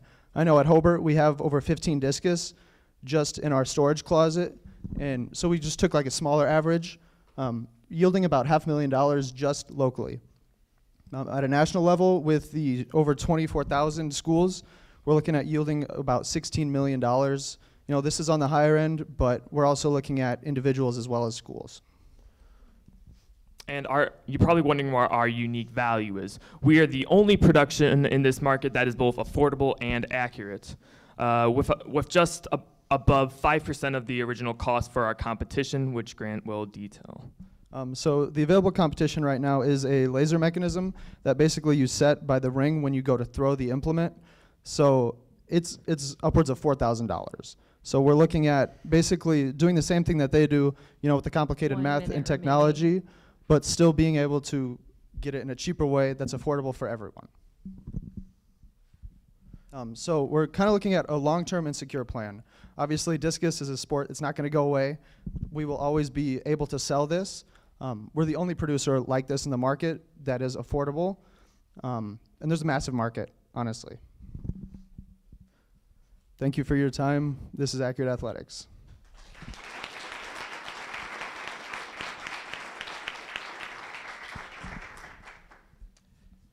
Well, we can certainly tell that you have a lived experience and passion for the product, and really appreciate that.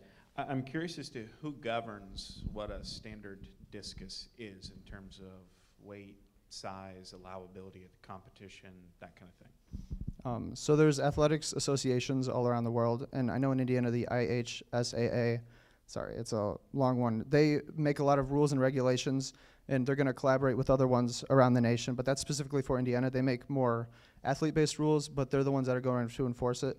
So for a high school disc, we're looking at 1.61 kilograms, and then our college disc would be around 2 kilograms. That's for the boys, and then for the girls is 1 kilogram, both in high school and college. Then there's also set circumferences, ring weights, percentages of weights, how it has to be distributed, stuff like that we're looking into.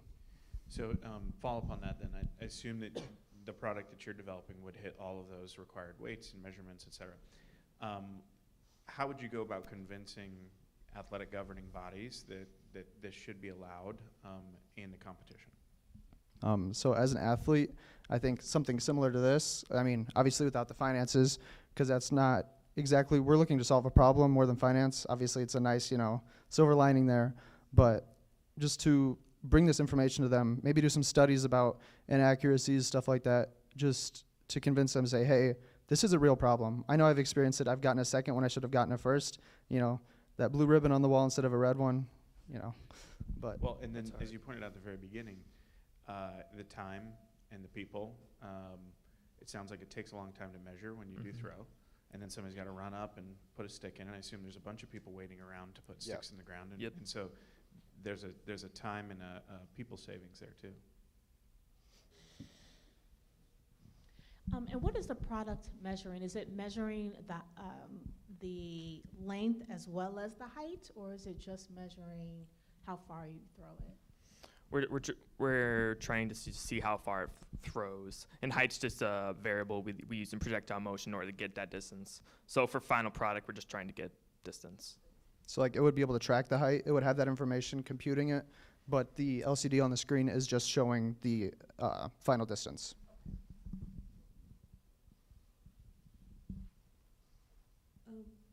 Maybe I missed it, but did you also talk about the competition in the market? Are there competitors that are doing the same, trying to get to the same solution? Yeah, so the competition is ridiculously expensive, to put it simply. $4,000 per machine. A tape measure is cheap, right, but it's going to be very inaccurate and inefficient. And the other competition, so we're looking at technologies that, like, similar to Topgolf, if you've been there, those golfing machines to just find the angle of release and all that type of information. Those are upwards of $20,000 per machine. So we're just aiming to undercut all of them severely and then be the lowest on the market, but at the same time still get the same thing done. One quick question. I'm not sure if you have a prototype here today, but repeated use over time, electronics, any issue there with calibration in the future? So we haven't done any prototyping yet. We're in the advanced stages of development, like with CAD softwares like that. So we still would have to do a little bit of testing. Kind of playing into what that prize money might help us do is to get those physical prototypes out, get those parts out, test it, get everything, make sure we're in business. This is, I'm not in this field, but throwing the discus, and you mentioned inches. I guess if you go overseas, you got to do a lot of meters and centimeters. So make sure you can go back and forth. Yeah, that would be smart to have like a toggle switch on the top or something like that between units. Thank you.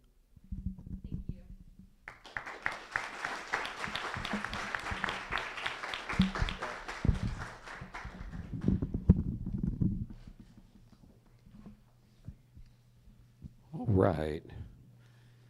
As the judges compile their notes, wanted to say a special thanks to our friends at the ISBDC. Sound like a broken record, but no matter what place you come in here, and actually all of you had met with your SBDC counselors already, continue to do so afterwards. Also a fun fact, last year, our state champions, my gosh, what they did between the regionals and state was just really, really, really impacted by the SBDC team. So we always appreciate their willingness to, I would almost say take you guys seriously, but obviously as we see here today, we should all be taking you guys seriously. So special thanks to them. Also wanted to take Damon Rose, you're up next, and then AP, anything's possible, you're on deck.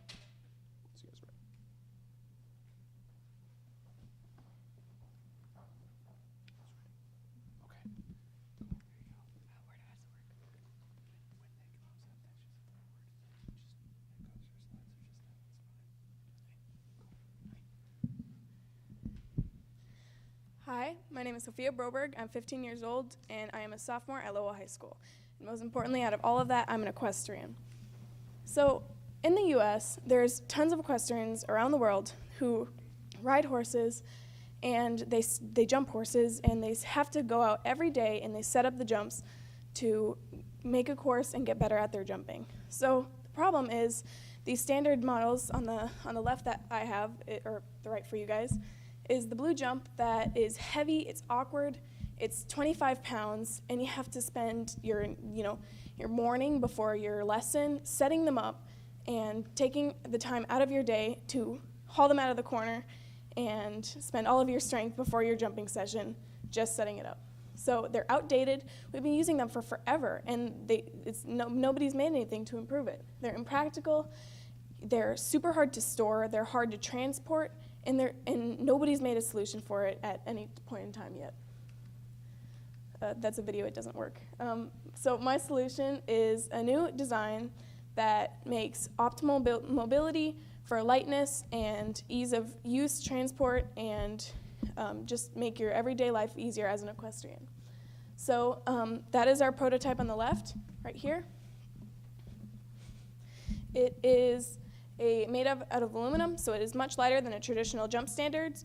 And as I said, this is a prototype. This will eventually fold down with more prototyping and fold into about a 3-foot box so that it's easy to transport, even easier than this one is to move. I'm going to set this down so I can show you.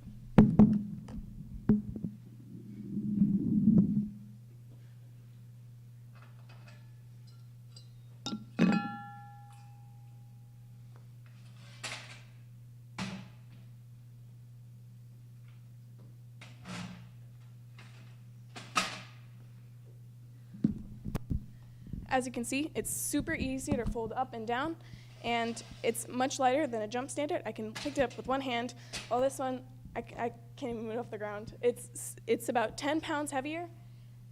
This one is 40% lighter, and it'll make our lives so much easier. So I've been equestrian for over 10 years. I'm a member of the IDCTA, which is the International Dressage and Combined Training Association. And I've been doing it for a long time, and I've been dealing with those jumps for a long time. So my solution will help people who have lesson programs, people who ride every day, literally anyone who has to haul those out of the corner every time they ride. So the market size is huge. There's 1.6 million households with about 6 horses on average who could benefit from my product.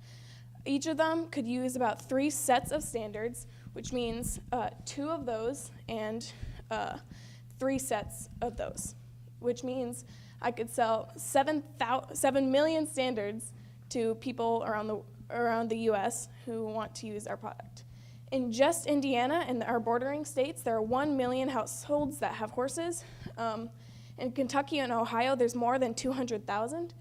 And I have many customer segments that could benefit from this, which are people who ride, train, people who are just around horses, people who own lesson programs, and people who actually work at facilities that have horses.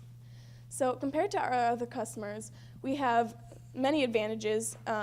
There is one competitor that we have that has some of the problems that we're trying to fix, which is poly jumps. Their standards are made out of plastic, which does not solve the problem of them being hard to transport and hard to store. It only solves the lightness problem. We have an adjustable horse jump. It's available in the U.S., and it has the storage requirements and transportability. Poly jumps only has one distributor for their product in the U.S., which is in I think it's in New Jersey. And it's extremely hard to get out in the rest of America, while we would be everywhere. In a traditional standard, there is no specific manufacturer for a traditional standard. Usually they're made in someone's backyard or garage because it is a simple design that everyone has. It's just super impractical. So for our financials, for the year 2024, we would sell 125. With all of the income that we make would be $94,000, and our net margin would be $34,875 after all the costs are reduced. In 2025, we would sell 225 jumps. 1 minute remaining. With a net margin of $58,950, and in 2025, we would sell 350 jumps with a net margin of $97,650. So in the next few years, we want to have a prototype later in this month. We want to start testing our prototype with lesson programs and people around us so that they can test our product. We want to get a non-disclosure agreement in May or June and more testing. And we want, between June, July, and August, we need demo jumps in sales around for going to horse shows, demoing jumps, and showing people our product. For the $1,000, we want to improve the manufacturing process. 10 seconds remaining. Make it easier, finish the prototype. We want to get inventory, advertising, and a more polished product for everyone. Thank you. You can contact me at my email. Any questions?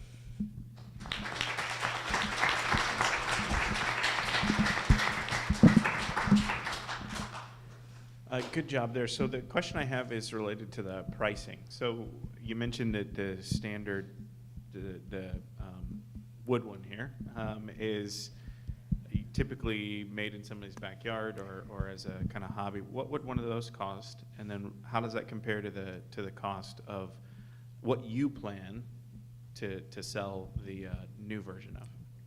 So my product we would sell for $650 for one set of standards. They're usually made out of just wood that you can buy at Home Depot. Probably maybe about $150 to make it with all the jump cups and stuff. There are people on Etsy who make and sell them, but they're expensive to buy from somebody else as well, and they don't solve a problem. They're just there.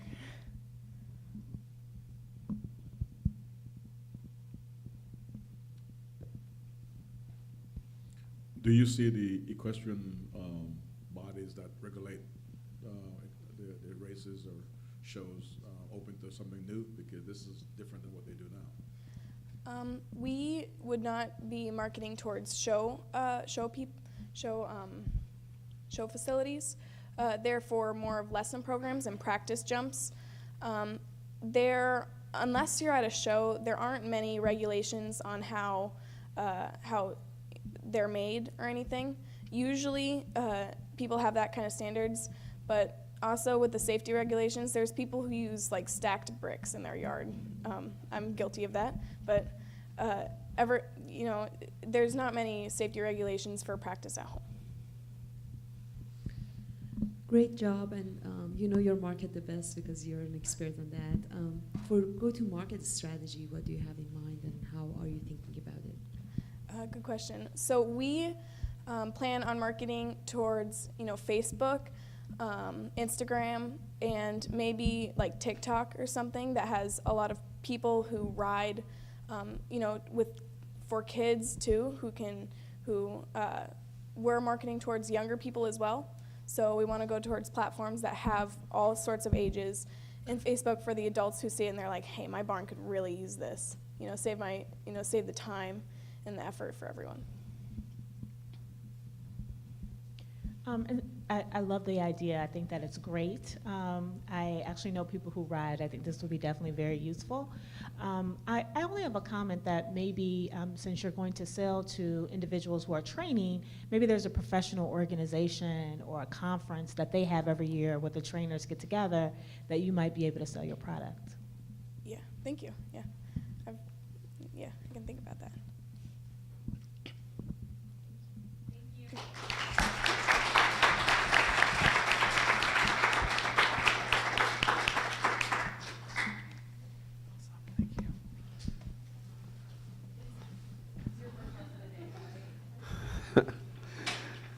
Alrighty. Want to say a special thanks to TechPoint, who also is a sponsor today, and I wonder if we can put that up. Yes. If you guys haven't noticed, all of these are really good. So if you haven't scanned that yet, or if you're a visitor and you want to, this is a great support network, and I cannot emphasize to you how much they wanted us to encourage you to be in on this. Gosh, I just love the fact that they want to work with you and give you more feedback. All right. Good, we have. Obviously, our next team's up, but Anything's Possible is up ready. CO Solutions, you're on deck. Actually, they're your last ones to go. No stress. Other than that, obviously, you guys ready? Cool. You guys need 2 microphones? You guys need 2 microphones? Is it you? Okay, cool. You want the handheld in this one? Cool. You got your hands full. Yeah, okay. Hi, my name is Anthony Ford. I am the CEO, founder of AP, Anything's Possible. I made AP in 2020. It was a school project in 7th grade. The goal was to make a company, so I took inspiration from my parents who also had a clothing brand and made Anything Possible. But instead of using it only for fashion, I wanted to use it to motivate other people.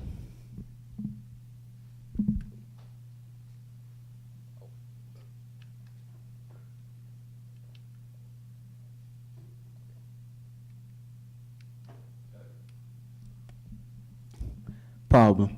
There are a lot of uneducated and unmotivated teens out there who either don't have the resources or don't have the motivation to realize that their potential is unlimited. AP will use its fashion to make a tribe full of motivated individuals so that we as a tribe can motivate the youth to believe in themselves and empower others around them, and make positive lifestyle choices instead of feeling limited to what society says we are capable of. We also want them to realize that their potential is unlimited. Estimated ink cost, 69 cents. Blank garment, $6.25. Estimated maintenance overhead, garment, 12 cents. Labor cost per garment, $2.13, and total production cost per garment, $19.19. Well, $9.19. That's just for t-shirts.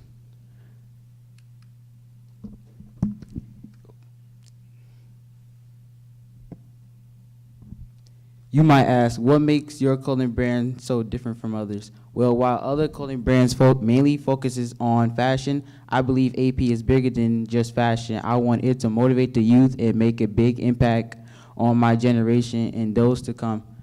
We want to use our fashion to make people look good while doing big things in the world. We want our clothing brand to be a reminder that anything is possible.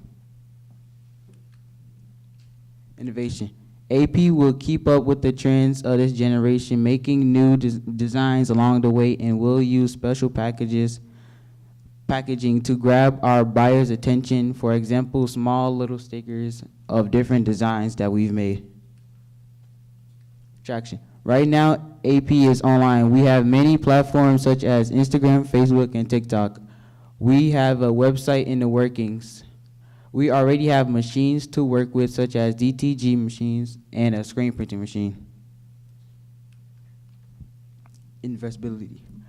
AP will use the money by investing all of it back in to increase the inventory and upgrade the equipment. We also plan on exploring other sustainable material options and work with different graphic and fashion designers.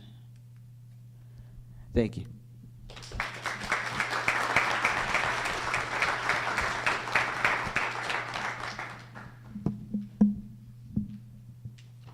So this has been something that you've been working on for a while, it sounds like, and I appreciate that passion. You mentioned the cost of the shirt. I assume is this shirt $9.19. Mm-hmm. How much would this shirt retail for? It will retail for around, say, $15. 15, okay. And where do you anticipate selling it through social media and your website, or can I also get this in stores? On my website. Website? Website, yeah. Okay.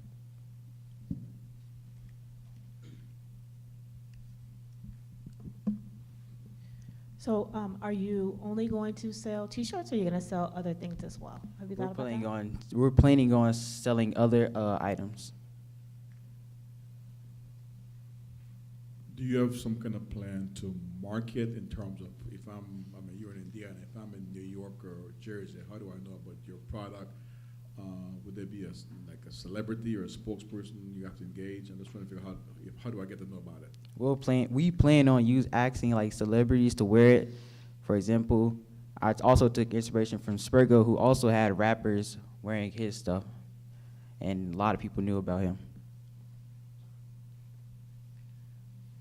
I do believe in the motto and the name that anything is possible, and I was wearing a ring since day one that I started my company that says nothing is impossible. So I want to hear your story of how did you come up with this idea? I came up with anything possible because, like I said, I wanted to motivate people, and you mainly hear anything is possible or a lot of stuff is impossible, so I came up with that name for it.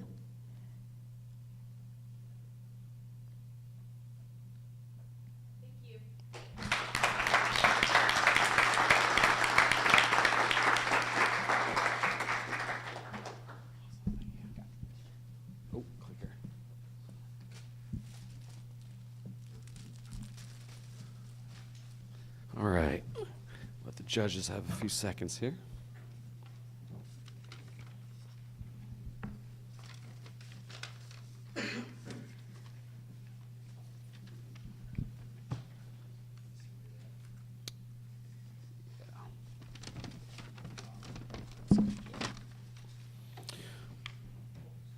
Once again, let's thank Purdue Northwest for being the Regional 4 final sponsor.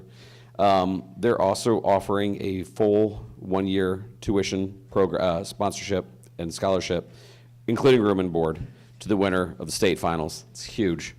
First through third place winners will also have the opportunity to intern with Society of Innovators and their vast network, and also the Northwest Indiana Small Business Development Center, if you are a degree-seeking student at P&W. So again, by the way, make sure you check regional finalists, all the different offerings that are out there for you as students. All right, looks like they're done jotting down notes. Finally, man, the people that draw first are like, oh, I got it, and then now you guys are ready. Team CO, you guys ready? All right.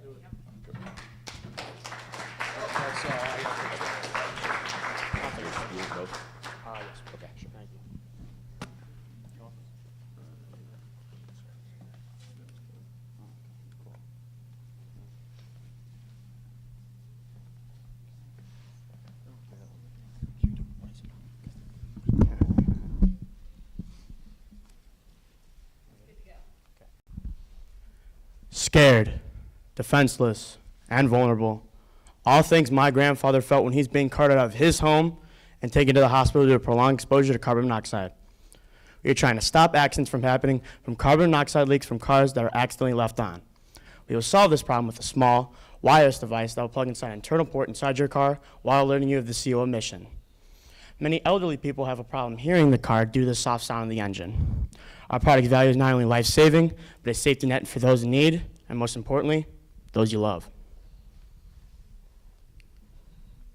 Our solution. So, assuming that all of you guys have gone to a mechanic and gotten a diagnostic exam on your car, you can see that the OBD2 port is on the left-hand side of the steering wheel. Then, it'll notify you of CO emission before it reaches a toxic level for a human to handle. Then, it'll turn off your car for you so you don't have to go into the toxic garage or whatever confined space your car may be in while it's on. Just recently, we got in contact with a producer of ITI manufacturing out of Sugar Land, Texas, and they will be producing our product. Oh, double time. Oh, there we go. Okay, design history. So first, we began with the keychain. We scratched this idea because we thought it was too many moving parts, and I know my Papa John, he usually loses the remote even when he goes to the bathroom, so I thought any way that we can have it close to him, it'd be fine. Secondly, we had the in-home system. We scratched this idea because we thought because carbon monoxide is an odorless and colorless gas, it may fill the room too quickly for the in-home system to detect it, so therefore we scratched this idea. Then we moved on to car dealerships. Now, with the car dealerships idea, we have the same product we have now, but since we were too new, we thought it was too far-reaching for us to handle, so we're just going to sell on our own. A unique value proposition. We provide safety, we're low profile, turns your car off, which is not done by any of our competitors. Okay, so now to dive into our financials. First, we're going to start off with our serviceable obtainable market, or our SOM. We believe this is 134,000 people spanning 3 different states. We got this number actually by taking all the people aged 65 plus in this area, and plus LaPorte County, which is not seen on this map. This gives us a total market value of right around $10 million, which we believe to be a very good number for a startup like ourselves. Next, you have our COGS, or cost of goods. So the parts for the motherboard, we believe to be right around $16.70.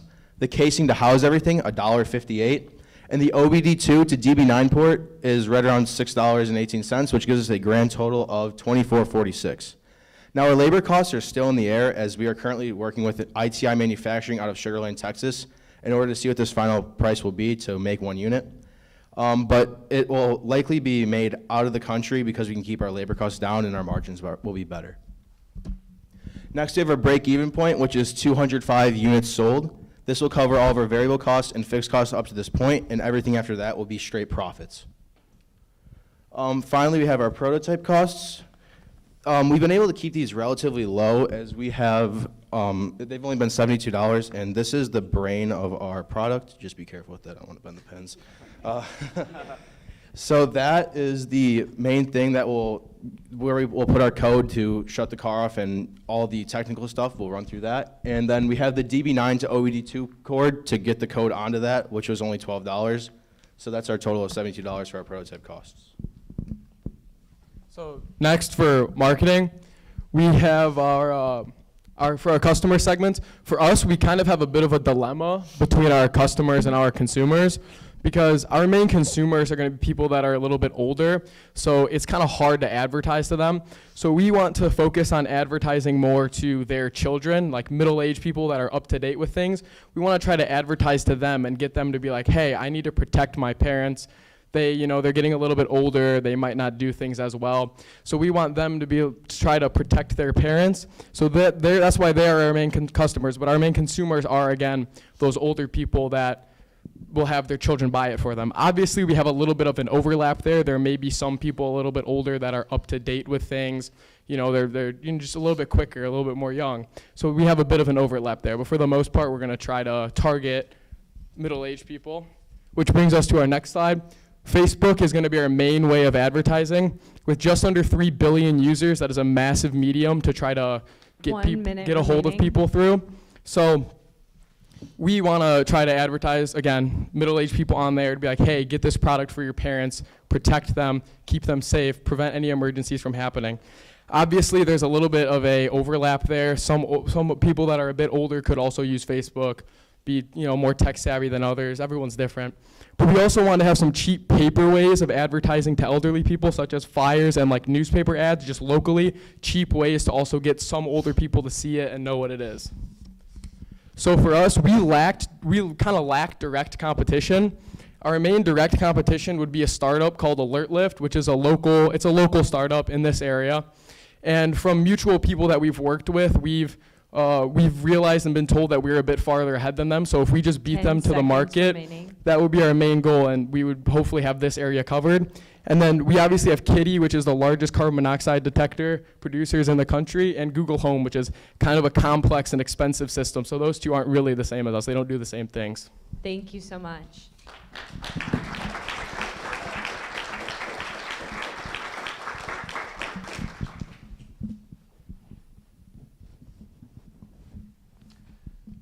So great job on your pitch. Some really good insight on the costs and the revenue.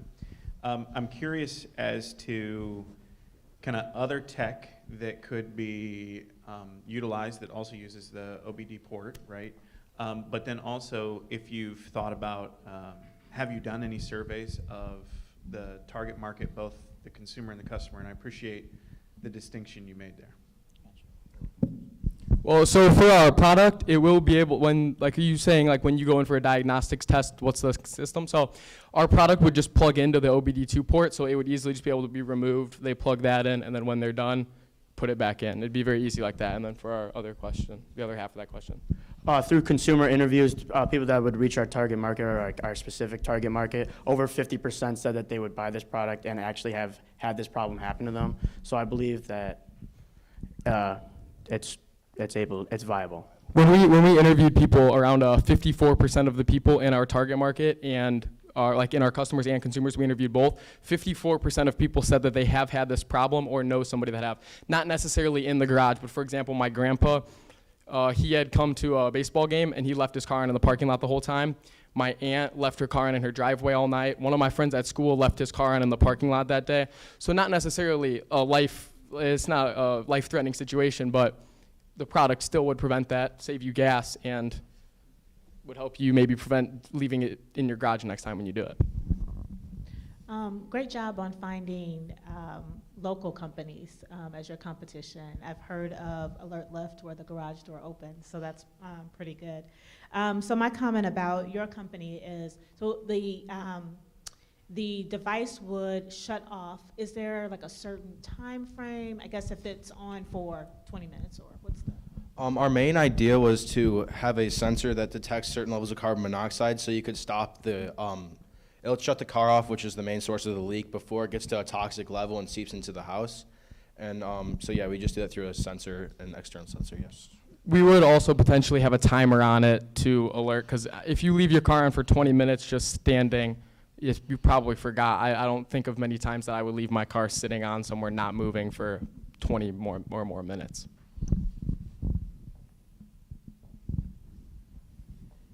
Is there the ability for the tool to, in addition to being able to sense and turn the car off, does it collect data, or can it collect data? We really haven't looked into that. Can you elaborate on your question a little bit? Maybe I can answer a little bit I'm just better. wondering if let's just say you get to a point where you have 1,000 of these or more out in the market, and you're going to get a sense for number of people who are leaving their car on, how long they're leaving them on. Does the tech have the ability to store that data, or is it simply sensing and then turning off? So we were looking into potentially creating an app that would go along with this. Obviously, creating an app is very expensive, so we wouldn't be able to really even look into that until we've sold products. But once we reach that point where we have an app, it's coded, and we would have all the data, we were potentially looking into having it alert you if you left your car on. Like say, like Life 360 almost, you could have multiple people in the family be like, oh, they left their car on. And then obviously with all that data, we would have the information of how many people actually leave their car on through that app. You mentioned you're still working on the labor costs. Are we looking at under $100 per unit or $200? Do you have any estimates or guesstimates at all? Can you repeat that again? I'm sorry. You mentioned before that you were still looking at the labor costs to produce each unit. Do you have any vague idea of what that could be in the future, under $100 or $200?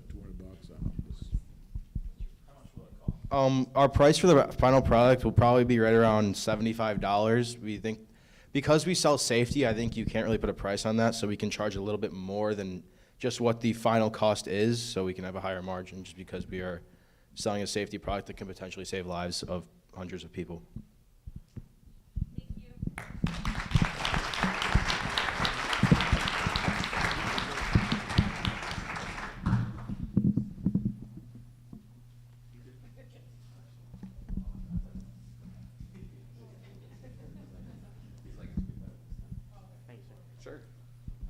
All righty. We are done. Parents, there is a food court on the first floor. Students, you guys have a voucher. We can eat upstairs while the judges take over and then check over their notes. Before I turn it over to Jason, students, please stay here. We want to get an entire group picture of y'all before we go to break. And and then teachers as well. Please come up here. We wanted to get pictures of you as well. Other than that, Jason also had a fun fact and something he wanted to talk about that we did last year they're going to recreate again this year. No, thanks, Don. First of all, great job by all 10 teams. Another round of applause for all of you.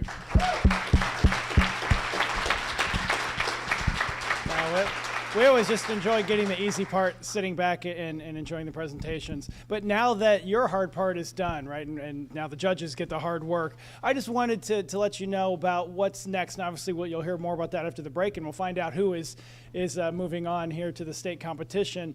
But as I mentioned earlier, right, we truly want to treat this as if we were sending, the football team to the state competition. And so looking ahead to June, I think June 15th is the state finals. One date in particular, wanted to just get on all your calendars right now. Saturday, June 10th, the Society of Innovators is once again partnering with the Lake County Corn Dogs minor league baseball team here in Lake County. They were down in Crown Point. The two representatives going to state are going to have a chance. We're going to be wrapping throwing a pep rally. You get a chance to throw out the first pitch, but we just wanted to make sure that got on everyone's calendar now. And obviously, we'll be hopefully adding more to that and sharing more about that in the weeks to come. But again, congratulations all of you on a great job this morning.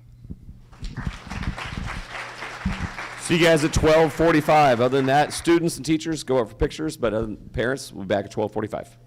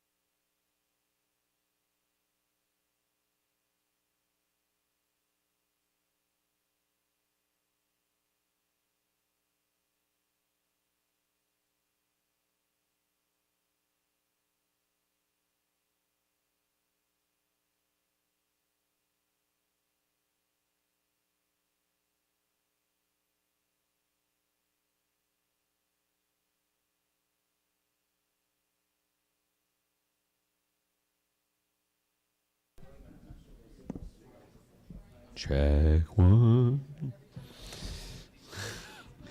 All right, welcome back. Take my power nap after that really good lunch. Kudos to the chicken dumpling soup. Thank you again for coming back. I'm actually waiting to hear who won too. I do not know yet, so I'm excited. I want to thank our judges for that difficult task. Wow, incredible pitches today.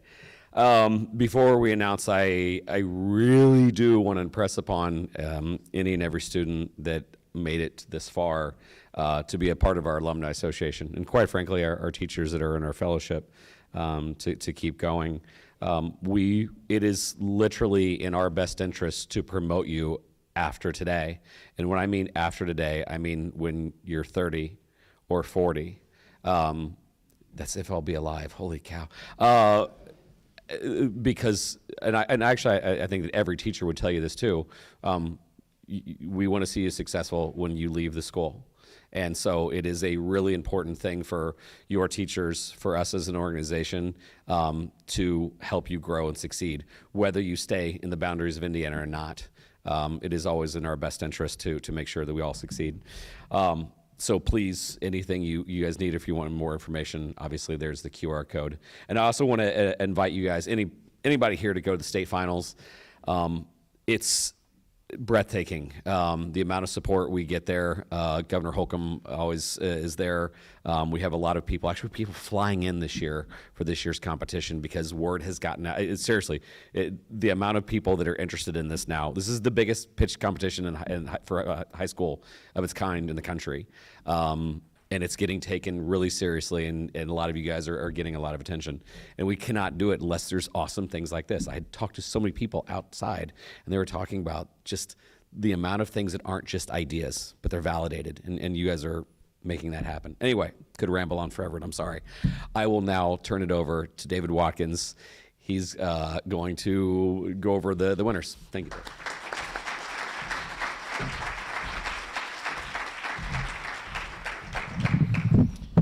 Well, the exciting bit is that we get to announce some winners. The sad bit is that we can't send all of you. I got to tell you, from the judge's point of view, having done this for a few years now, the level of detail, business know-how, technical terms as it relates to running a business. Myself and my team judged 3 Elevate Ventures pitch competitions last week. And I can tell you with ease, actually, that many of you had pitches that were better than what we saw people pitching for venture capital. I say that not to put down anybody who participated in the Elevate Ventures pitch competition, but what you're learning in high school, a lot of people don't learn until they start a business, and they learn it through hard knocks.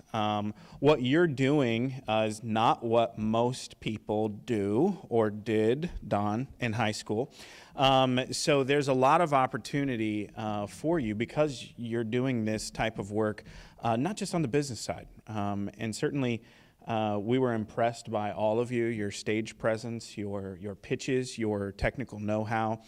The passion you had for the products and services that you presented to us today. You should absolutely be commended for that work. The other thing that I would say is, driving up here this morning on 65, sometimes our friends at Purdue talk about a hard tech corridor that extends from downtown Indianapolis, and a lot of times they have it terminating at Purdue's campus in West Lafayette. I got to tell you, after today, I think that line should go all the way up to Purdue Northwest here in Hammond, Indiana, because we make things in Indiana. We make things really, really well here. And we have a strong history of making world-class products. And many of you pitched us today on world-class products, technologies that people can hold in their hands, that they can see, that they can measure. And I think you should be commended for that. There's certainly a strong history and opportunity for those types of products to succeed here in Indiana. So again, kudos to all of you. On behalf of the Indiana Economic Development Corporation, we're excited to support the STARTedUP Foundation work through the Innovate WithIN pitch competition. We're also excited to be able to announce the 2 teams that will be going on as finalists to compete at the state level in June. The first winner that we're going to announce will be the team led by Benjamin Eberly of Toe Scout.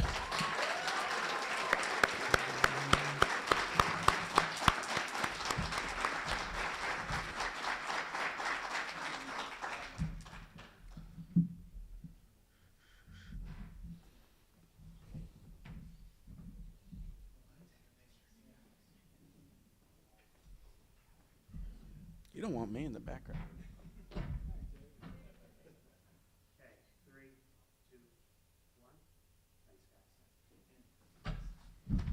Congratulations, Benjamin.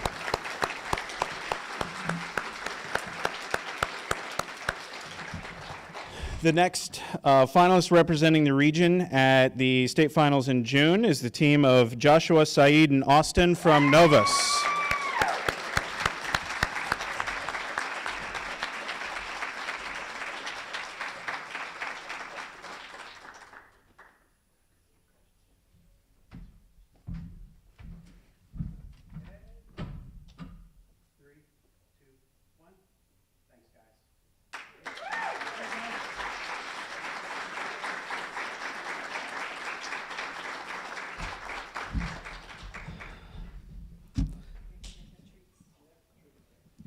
All right, winning teams, please stay back. We'll grab a few more photos of you.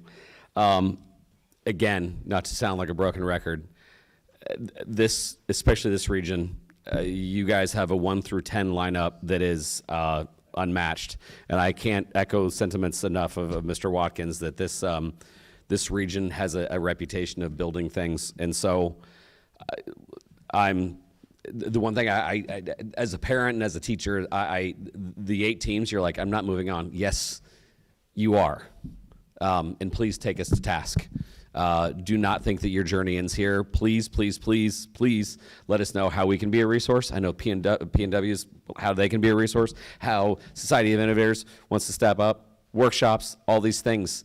This is hopefully the beginning of your journey. So please do not leave discouraged. Everything today was awesome. So don't leave discouraged. Other than that, thank you so much for coming out. This is an amazing event. Thank you to our judges that went through all that and had that difficult decision. And we will see you for those of you that are not seniors, we will see you around August or September. Thank you so much.